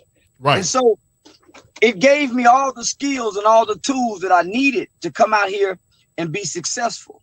No doubt, no doubt. Right? And see, the irony of it, Charleston, is this, brother. I used to work in law enforcement. I got a background in law enforcement. You know, I'm a therapist, but I started off working in the colleges. I was a college parent, like you were talking about. I used to work with youth, juvenile offenders, adjudicated offenders, and I influenced a lot of them. I used to work with the Crips. We used to work with the Bloods. I did all of it, man. So your story resonates with me because my background is very extensive. I worked in law enforcement, mental health corrections. I worked in the Department of Juvenile Justice, where we house adjudicated offenders in North Carolina. I taught schools of special ed, teaching now, and now I'm a therapist now. So I've done it all. And you're correct, having those house parents played a major role in the development of kids. But you said, go ahead, brother. Go ahead. And I don't mean to cut you off. No, you good, brother. Go ahead. Let me. I want to key in on something. Yes, sir. Go ahead, Charles. The role of a house parent is when I get off the phone, and my mother just told me my brother was shot and killed, and I'm over there crying and bawling. The house parent can hug me, right, and say it's gonna be okay. Right, right. The juvenile correction officer can't touch me, right, because it's gonna be considered inappropriate behavior if the juvenile correction officer give me a hug and squeeze me and say it's gonna be okay. Right. The mindset of the juvenile correction officer is I don't want to touch him no way. The house parent relates to the kid. Right. Every day the house parent comes in, the house parent is seeking to understand why is this child behavior the way it is. Right. So, man, it was men like you. I've been out of the juvenile system since 1998. Yes, sir. Me and Mr. Davis still talk. Right. He was a man like you. Yes, sir. It was men like Mr. Jones. It was men like Mr. Jumper, Mr. Mathis, Mr. Daniels, Mr. Tony, Mr. Eames, Mr. Harris. It was those men that I studied from age 14 to 21, looking at their character traits and their consistent actions in 7 years. I heard them talk about how they was husbands. I heard them talk about how they was fathers. If I wouldn't have never went into that juvenile system, I wouldn't have never saw men like you that can pour into me. Yes, sir. Right. So I got to meet my fathers. I got to meet my uncles. I got to meet the men that I desired to have in my home life in the juvenile system. Right. And I never forgot those men. I never forgot those men characters. And I took bits and pieces of all those men and I made a puzzle and I put the puzzle together. Now it took me a while to put the puzzle together. Yes, sir. But right. when I put the puzzle together. That's when Charleston White became what y'all see today. No doubt, no doubt, no doubt. You know, one of the things I'm very impressed with you, Charleston, you don't believe in victimhood. I want you to explain to the audience why you don't believe in victimhood. My mother told me all things work for the good of those who love God, that is called according to his will and purpose. Yes, sir. Right. Mm-hmm. She would say that and it sounded stupid. She sounded crazy. And when I finally got the courage to rebuke that and say, no, mama, that don't even make sense. And my mother broke it down to me. She said, son, when you look at that scripture, and this is her belief system that I inherited from watching her put this game down, right? So she telling me, son, it don't have no exception to that. It doesn't say but, it says all things. What about a child getting molested? All things. What about a baby getting killed? All things. Right. What about this? It says all things work for the good. So man, even the bad, even your bad has an equation of goodness based on your perception of the bad. No so doubt. If you see yourself as a victim never sees itself as strong. A victim never sees itself as successful. A victim looks for an excuse. a victim has never been a hero. Right. So a victim mind keeps you in a victim stance. Right, right. A victim stance will forever solidify you in a victim's position. Who wants to be looked at as a victim? Poor me. Right. Poor me. Right. So what I learned from going through all the years of counseling, what I learned is that's the start of every cycle of violence. Right. The victim mind, the poor me, that's the start of the cycle. Is the poor me attitude. Man, I was raped. Man, my mama did this. Man, my daddy wasn't there. That's the start of the cycle. I agree with you. It is the start of the cycle, but I don't think what you're not trying to minimize victimhood. You're not trying to minimize what they've been through, but you're just trying to say if you stay in that condition, then you will forever remain a victim. If you look at some of the things our ancestors went through. Okay, once you realize you've been victimized, now what? Do you stay there? No, I agree with you. Right. You can't stay there. Right. I agree with that. I agree with that. Right. So at some point, most victims evolve from the state of being victimized to at some point standing at the top of the mountain with a story of triumph. Right. Okay, I respect that. Right. So go ahead. Go ahead. No, go ahead. So you know, there's a such thing, Charleston, in the clinical world called resiliency theory. And resiliency theory say that there are temperamental traits, there's environment, there's biology that more or less plays a role in how people evolve. You know, you went from death to power, right? You went from death to power to the point now you tend to disassociate yourselves away from those negative people that had an influence on you. Well, here's the thing. Most adults lose their resiliency. Okay, let's talk about it. Most adults can't endure what children endure. Imagine an abused child. Imagine an abused child who's being molested, who has to get up and pretend this doesn't happen. That's resiliency, right? The kid who listens to their mother get beat at night and have to try to find a way to get through the night, get up and get dressed and go to school and go and try to act a normal child. That's resiliency. So typically a child holds all of this abuse, all of this pain. He holds it or she holds it within and they don't break, right? So when they become adolescents, when they start becoming teenagers, a little of that starts to show in their behavior because they're starting to lose the resiliency. So it's starting to show in behavior.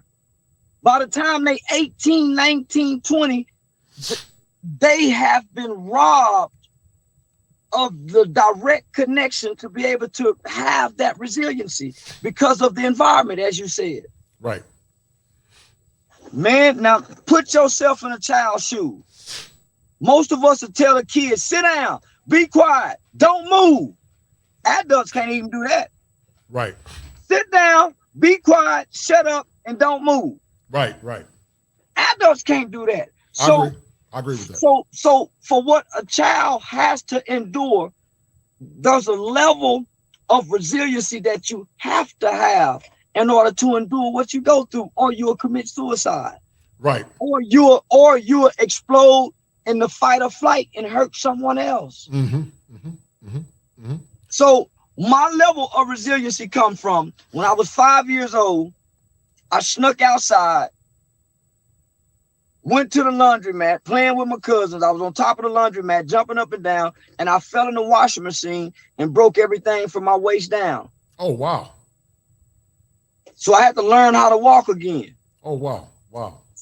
So naturally the family is gonna say, boy, that boy bad. Boy, look at him, got himself broke up, snuck outside, went down there and broke it, but boy, that boy bad. So then 2-3 years later, I put my eye out playing with a homemade slingshot. I had 9 eye surgeries before having my right eye removed. Yes, sir. So now I'm the accident prone kid.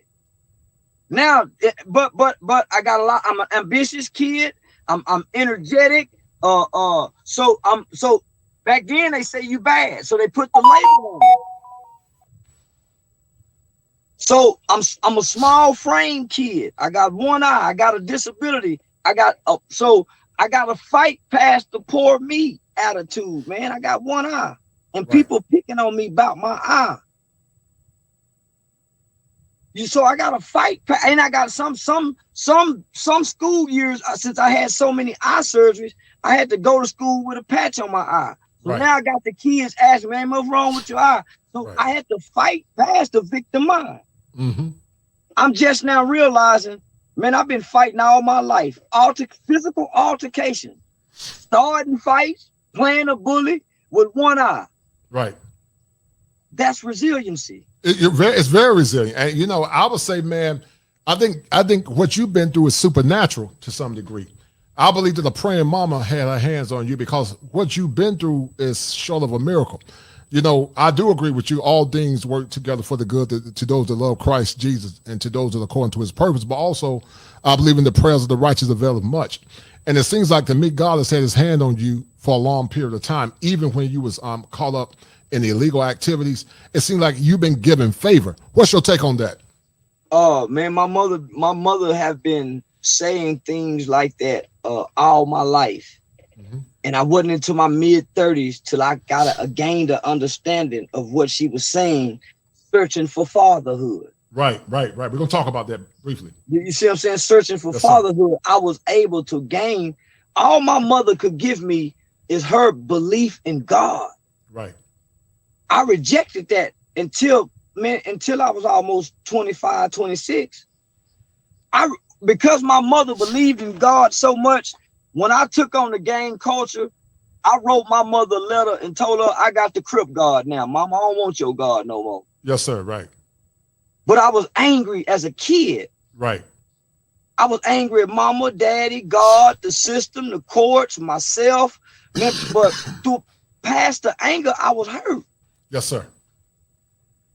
Past the hurt, I was able to identify, man, I felt unloved. I felt rejected. I felt abandoned.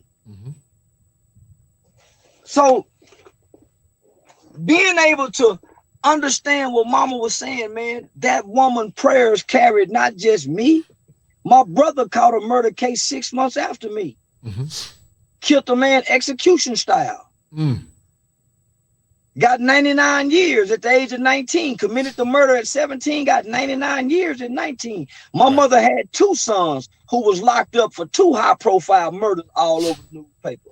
And she worked at General Motors. So she got to go to that big old plant and everybody know them her boys and deal with the public shame and public humiliation of everybody saying, yeah, that's what she did. She gave them boys everything. Right. Yeah, you see what I'm saying? Yes, sir. Right. The family talking about her.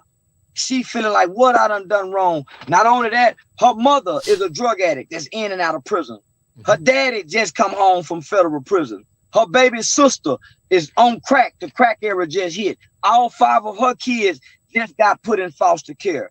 Her brother just come home from prison on drugs, sleeping on the couch. And this woman got to carry all of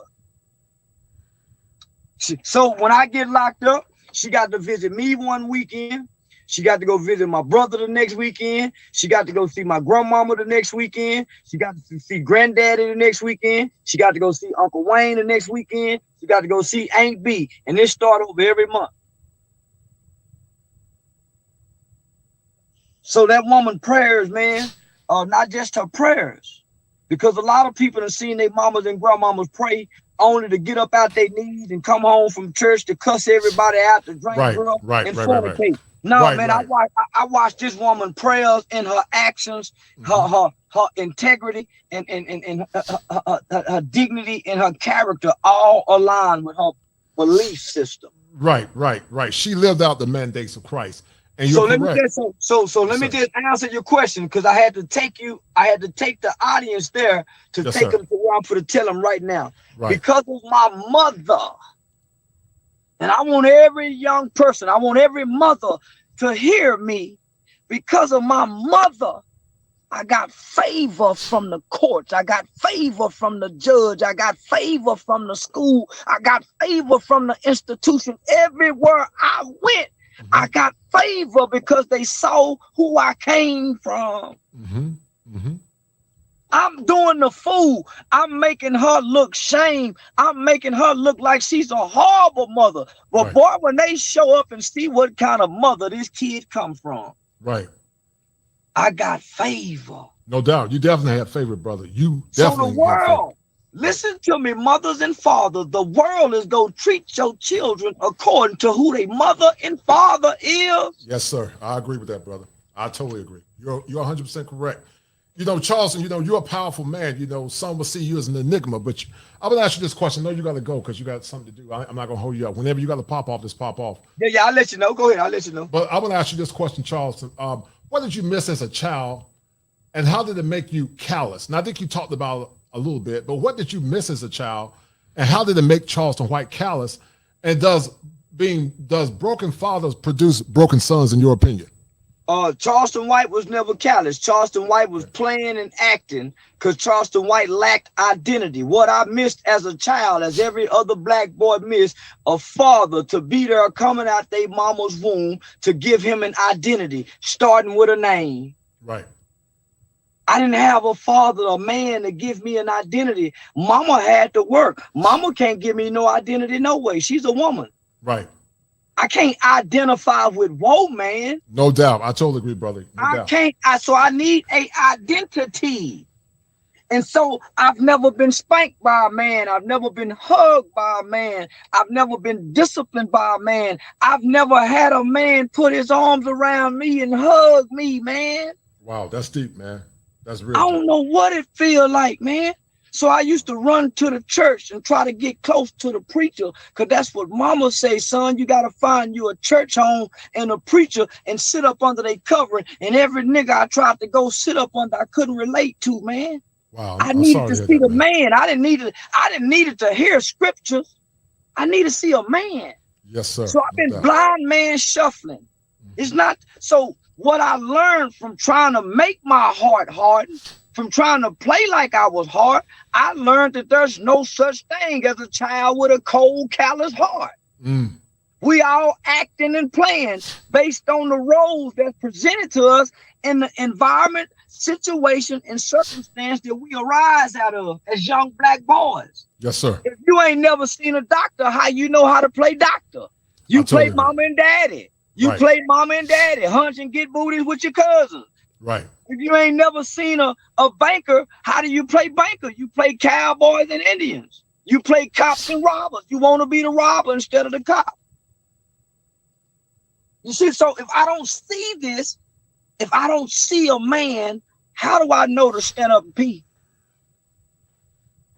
If I don't see a man as a boy, and I'm taught to sit down and pee, when do I learn to stand up and pee? Right. That's powerful, man. Let me ask you a question, Charles. You know, you talked about fathers and fatherlessness. What have you poured into your son that you didn't get from your own dad?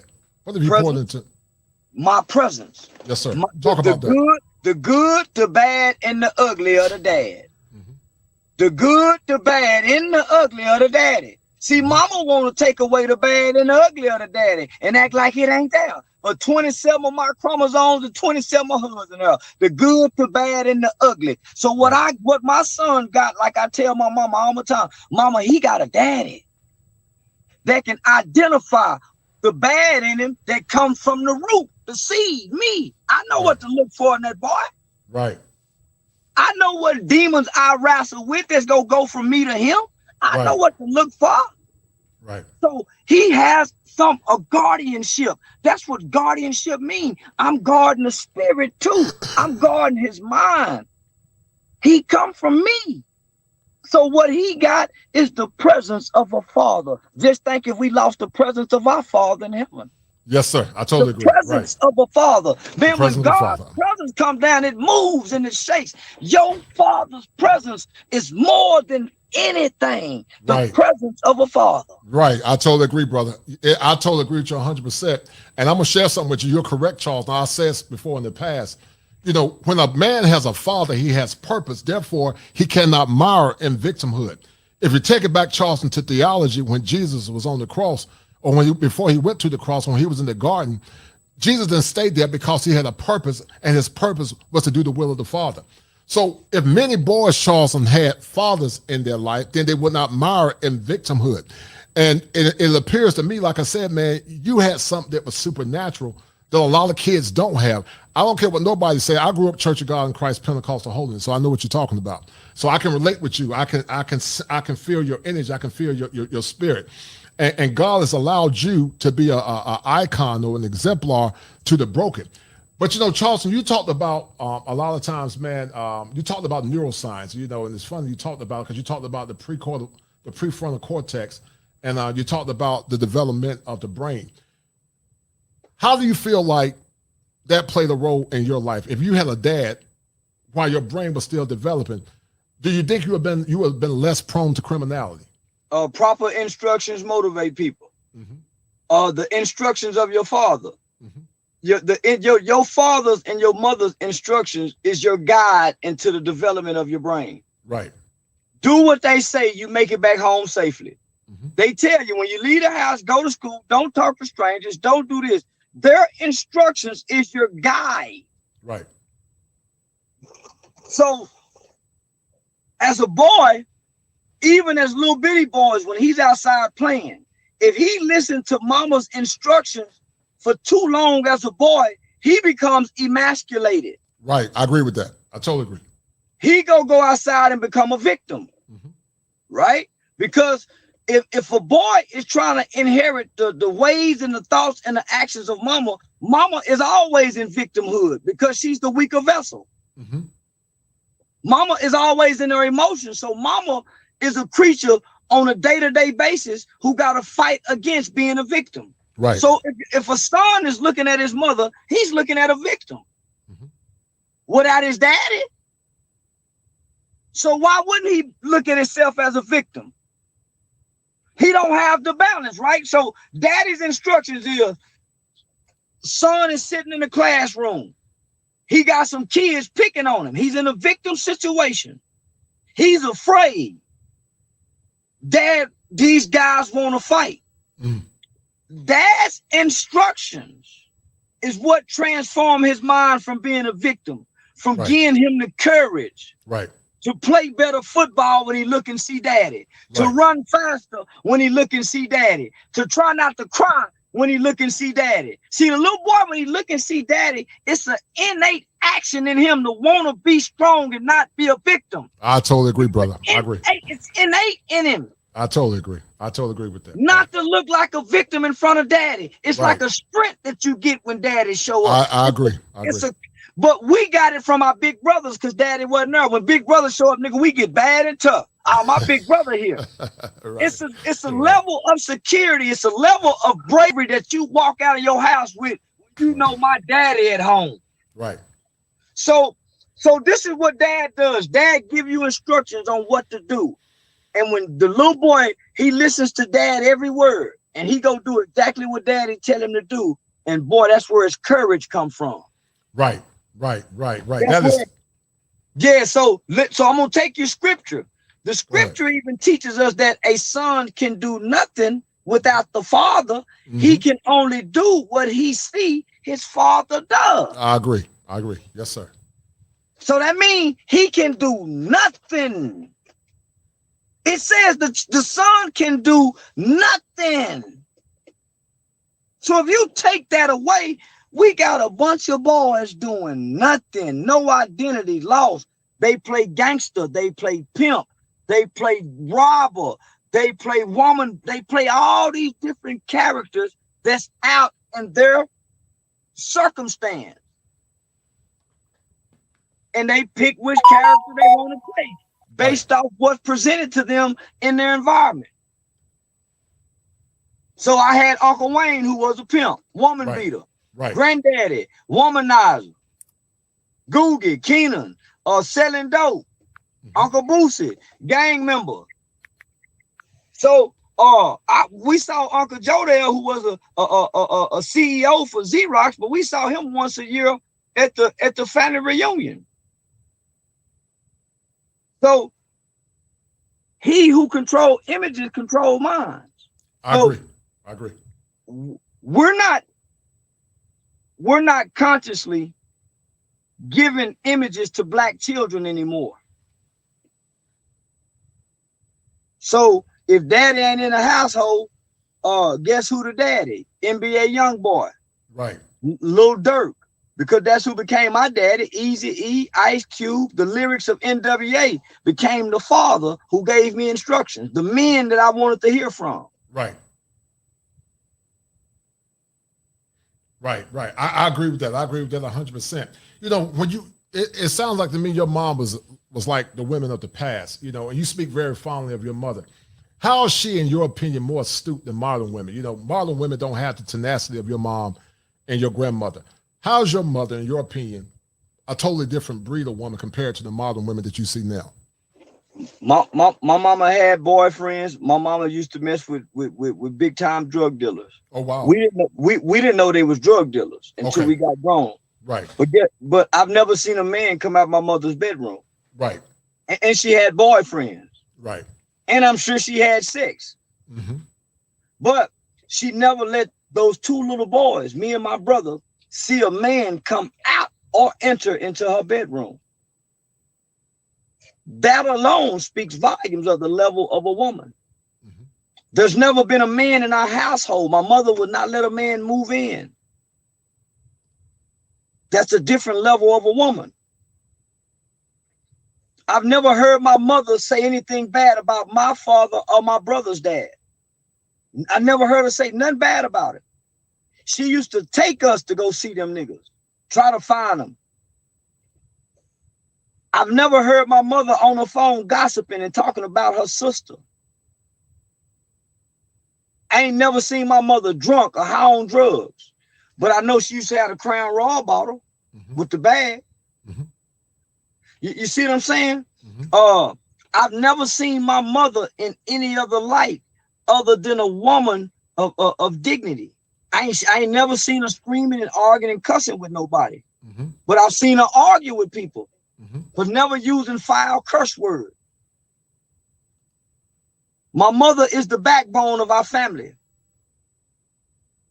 She the one to take my grandmother to all her doctor's appointments. She the one, when my Aunt B died, say, sister, I'm gonna leave everything, the will to you, and you make sure my husband get this. You make sure my daughter, and because she knew my mother would do right. My mother was a foster parent for over 40 years. Right. My mother was a foster parent for over 40 years with no husband, no boyfriend, taking in the kids who was considered the worst and with the high level behavior problems. Right. So I saw some of the worst kids who had been molested and abused, and my mother nurtured them with the same love she nurtured us. Right. Powerful. That's powerful. And so remember I told you my mother had two sons that was locked up for murder. Both my brother and I was very involved with the criminal elements of society as teenage boys. Right. My mother never made excuses for us. When we took a life, my mother never cried on our behalf. She cried the fact that we done something so horrible, but she wouldn't teach us that. But my mother have always thought of the victims. Right. My brother been in prison for 30 years. They just gave him a year set off. Man, it crushed my mother's heart. But she always say, son, that other mother can't hug and talk to her son. At least I can still come see you and hug you and I can talk to you. Wow. That's powerful, man. Is your father Charleston still living, brother? No, man. My father died. Oh, hold on, this mama right. Mom, I'm doing an interview. Hold on, here I come. Remember I told you I had that interview? Okay. Oh, that's all right there coming out. My sister. I appreciate you doing this for me, brother. I really do. Yeah. I appreciate it, man. I know you're a busy man. I appreciate it. Go ahead, no, man. My father was a guy who retired from the Navy, man. He worked for the government. He lost it, man. He used to date this white woman. And he went to pick up from work one day. She was on one side of the street, he was on the other side of the street. As she got ready to cross the street, man, she was hit by a bus. Dad watched her get killed. And he was kind of like one of them Malcolm X niggas, man. He mistreats white folk, get him a white girl mistreated to get back at white people. So and he used to mistreat her. So I think that used to mess with him. So he dealt with the mental aspect of watching her die. So he was very distant, over the years, man, until I got locked up for murder. He died in 2009, January 2009, man. The last time I had seen my father, he was downtown, dressed clean, had some headphones on. I was in my pretty truck with my Dayton's on it. I looked at my dad, homie, and I kept going. I didn't have children at the time. Right. At my last time seeing him. When he died, I had a 5-year-old son and I had a 6-month-old daughter. And my biggest regret was driving away from that man that day. So my mother calls me and tells me, son, you know, Charles Ray died last night. My resentment and my anger toward my father, it didn't allow me to feel anything. So I'm like, well, and I'm his only son. So I told mama, shoes, his family will bury him. So mama called back the next morning and said, well, son, they down there fighting over Charles Ray money. Must got a little money left in the bank. I said, what? He got some money in the bank. I show up, hey, that's my daddy. Yeah, that's my daddy, y'all, you know. And I say this to all fathers. Me and my daddy bought me a pair of feelers when I was locked up. I very recall him doing anything for me financially. And he didn't have to because my mother was very, very financially stable and whatnot. Right. But when my father died, my baby mama was on the run. She had been on the run for like 2 years. Man, I had just made the transition out the streets. I was in my first semester at the community college, man, trying to pursue a criminal justice degree. Man, I'm trying to change my life. I want to do something different. My father left me about $15,000. He didn't leave me. So that small inheritance that he left me, he made it right in the end. That's what an inheritance will do, homie. Right. That small. Now, it wasn't about the money. It's about what I was able to inherit from my father. Right. Yeah, man. So that took away the pain of all my years of wanting him to be there, man. Because that money made me the father I am today, man. I was able to go get my broad out of jail. You see, I was able to restore my children through the money he left me. The money he left me positioned me to I'm first semester in college. I'm 3 weeks in college, man. Broke, no gas money, no car, man, nothing. And that money positioned me and propelled me, man, to enter into the journey that I'm on. My father's death is where this journey started. My life changed at the time of my father's death. I had just became another father. My daughter was just born. So the inheritance, the time, mama say God operates in times and seasons. The seasons of my father's death and me being able to inherit what he had in his bank account put me on the path that got me to where I'm at now, man. And brother, you're on a powerful path. You know, if you guys don't know Charleston White is a big time YouTube phenom. You know, I count it an honor for him to be on my platform. He's on Vlad TV. He's a big time star in YouTube. And so you guys don't realize what y'all getting tonight. This man didn't have to take the time, he could have charged me, but he didn't have to take the time to come on my platform and chop it up with me. But he's shown how he evolved from death to power. And right now you're seeing Charleston White manifesting his power. Charleston, you talked about you were part of the Crips, and I used to work with Crips and Bloods when I was in the youth development, even when I was in prison. But now it's almost like, I don't know if you mock them or you have a lot of disdain for it. How did you evolve from the Crips? And I know you've been in the YouTube streets talking about who's the guy, 50 Mac Crip or 55. Yeah. And it's funny to me because I'll be laughing my ass when I hear it. I know what you were talking about, but when I hear Hoover and Five and all that, I know what he's talking about because a lot of the guys I used to work with would talk about French fries, King Hoover, and Burger King and all that. But why do you? Some people see you as like an enigma. It's like it's two sides of Charleston White. You see the benevolent side, and then you see the vicious side. Go ahead, brother. If we don't destruct the gang culture, how can we construct the community after all the damage is done? Right? Mm-hmm. The gang culture done destructed and destroyed the community. Right. We trying to rebuild a community without destructing the gang culture. Right. How we gonna do that without turning them down? They done tore down the community. So you worked in the juvenile system, bro. Yes, sir. Come on, big bro. I did. You know a kid. I come from the good home, right? I just want to be accepted. I don't want to kill nobody. I don't even know nothing about gangs when I get introduced to gangs. It just looked and sounded fun and cool based off what was propagated through me through the hip hop culture, the movies, right? The camaraderie, the brotherhood, make that shit look attractive. And they talking family talk. And they got somebody calling themselves OG big homie that's playing the role of a father who give you a hug every time y'all shake hands. Make you dead, man. So nigga, I fight for you.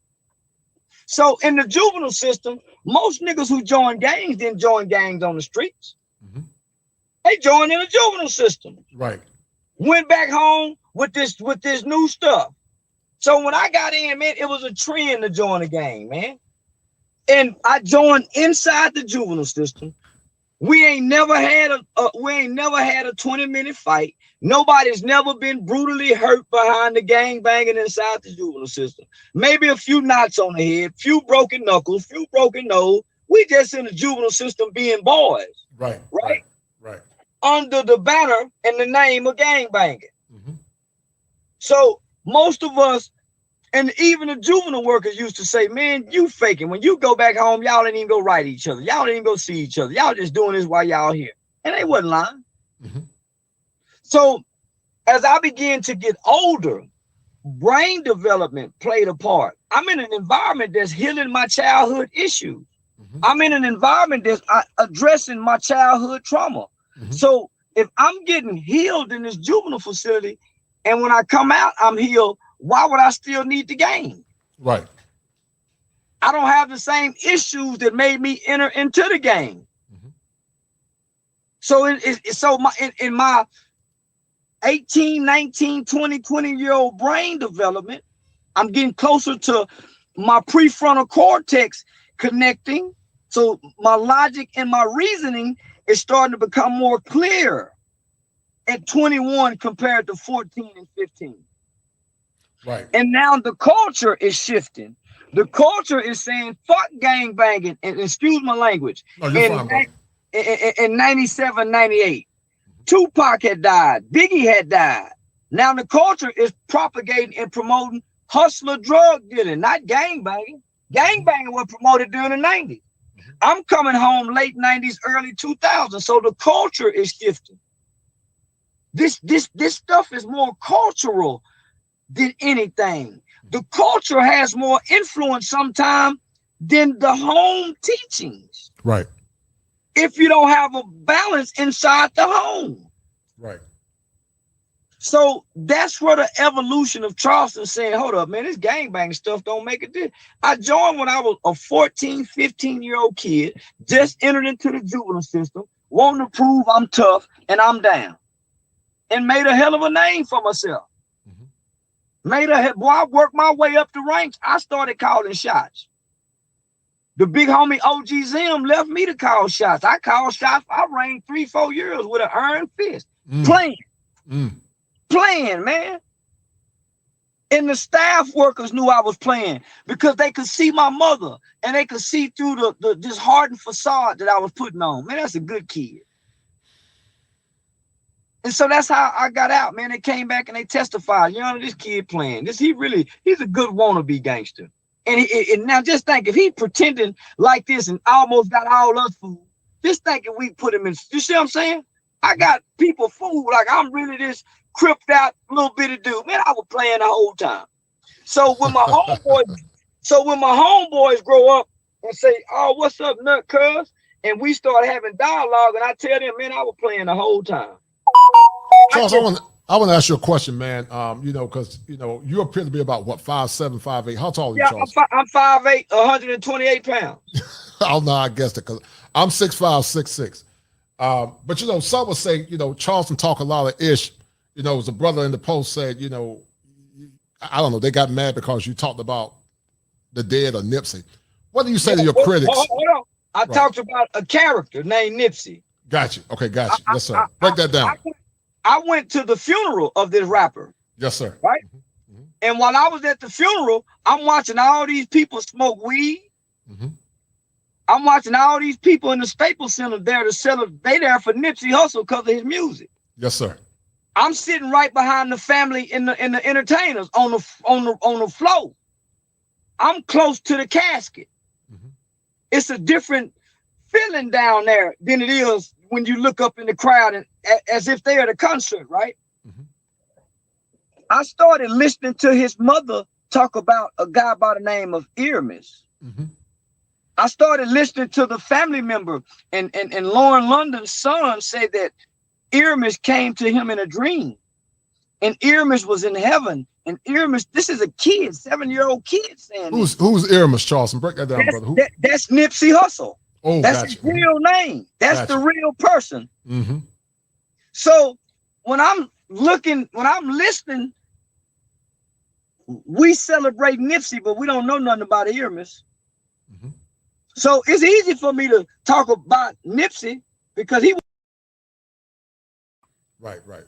So, but once we learn to play that game, we can move anywhere in the country.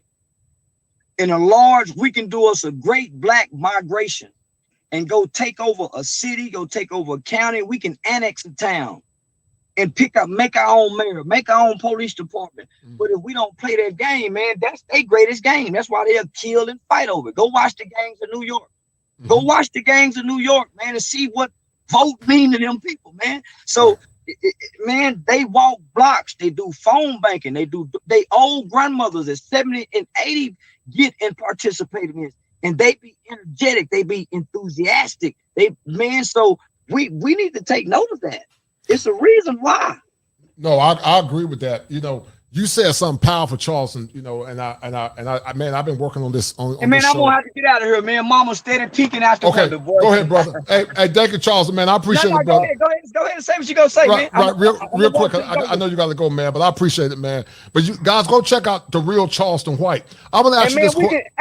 We can do a part 2 whenever you want to do one, man. Okay, they're good. We'll do a part 2. Go ahead. I'm gonna ask you this question real quick, and we'll do a part 2. Who is the real Charleston White? Who is the real Charleston White? Man, let me just say this. The real Charleston White is a man who has remorse for killing somebody as a kid. No doubt. I respect I'm empathetic about that because I met that man's family and I looked at them people, man. And you can say what you want about white people, man. Them people got every reason to hate us, and they forgave us. They forgave us. Charleston is a man that lives to make his mother proud, homie. So some of the things I say, man, my mother won't even let nobody tell her about because it's some shameful thing, calling women bees, but even Jesus' mother and father didn't understand the role he had to play. Mama hate the fact that I will put myself and put my life in jeopardy to speak how I'm speaking when I can easily just go back and work with kids. Right. But man, I'm operating out of my convictions. Right. Out of what I know that's against and hurting our communities. Right. I participated in it. I done it. So Charleston White is a man that's operating and walking in purpose, that wake up every day facilitating a vision. I have a plan. Before I walk out of my door, I get in my shower and I get in that water and I drop to my knees and I ask God to fill me with whatever Holy Spirit, whatever spirit you got, God, deposit it in me. God, don't let my heart be hardened toward my own people. God, I don't want to be hateful. God, I don't want to be wrong. If I got to cry, I cry. And I get up and I baptize my own self and I come out that door and I go live and I be full of energy and I be rejoicing because I understand what God called me to do, man. So I don't care what nobody say, homie. If you really look at Charleston White and if you really know Charleston White, then you would say, man, that's what redemption look like. Well, brother, you definitely a testament of redemption. And listen, we will do a part 2, man. First of all, I'm honored you came on. I want to finish this discussion, because, there's some that, there's a lot of beef out here in the streets, but I love your energy. I love your passion. I love your intellect. And I'm very, very impressed, man. Very impressed, man. Very impressed. So we're going to do. Thank you, brother. And thank you, brother. And tell Dr. O I said hello. I sent my love. No doubt. I appreciate her for always throwing me these alley hoops. No doubt, brother. Go enjoy your family, man. Much love and blessings, bro. All right, guys, this has been a good one, man. I really appreciate you guys tuning in. But this is a show that was dear to my heart with the death of the young man, young Takeoff, young Dolph, and PNB Rock. Most of these rappers don't know much about, but there's been a lot of consternation about so many young men losing their lives. And because I do advocate for men and young boys, I took it upon myself to do this show, guys. Get you some sleep, guys. Thank you for tuning in. Mac, thank you for that $5 super sticker, guys. I'm going to be signing off in a minute. But, guys, the question remains is, where do we go from here? And what's wrong with the current rap culture? Is thanatopsis the new stream? Is thanatopsis the new veneer? Is thanatopsis the new war cry for so many in this wasteland called America, where death appears to be the only solution for some? Guys, y'all enjoy your night. We about to sign off. Be well.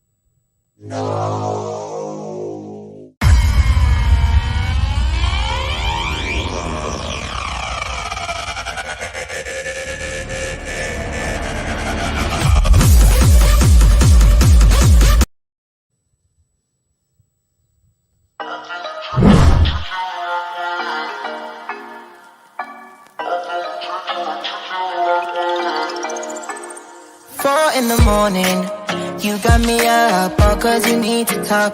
To 4 in the evening, wanna break up, say that you've had enough. I'm tired of talking, again and again, argue about everything. You are my darling, this kiss and make up, I know you wanna touch. You call me every night, call me every day, I just wanna get you alone now. Trust me when I say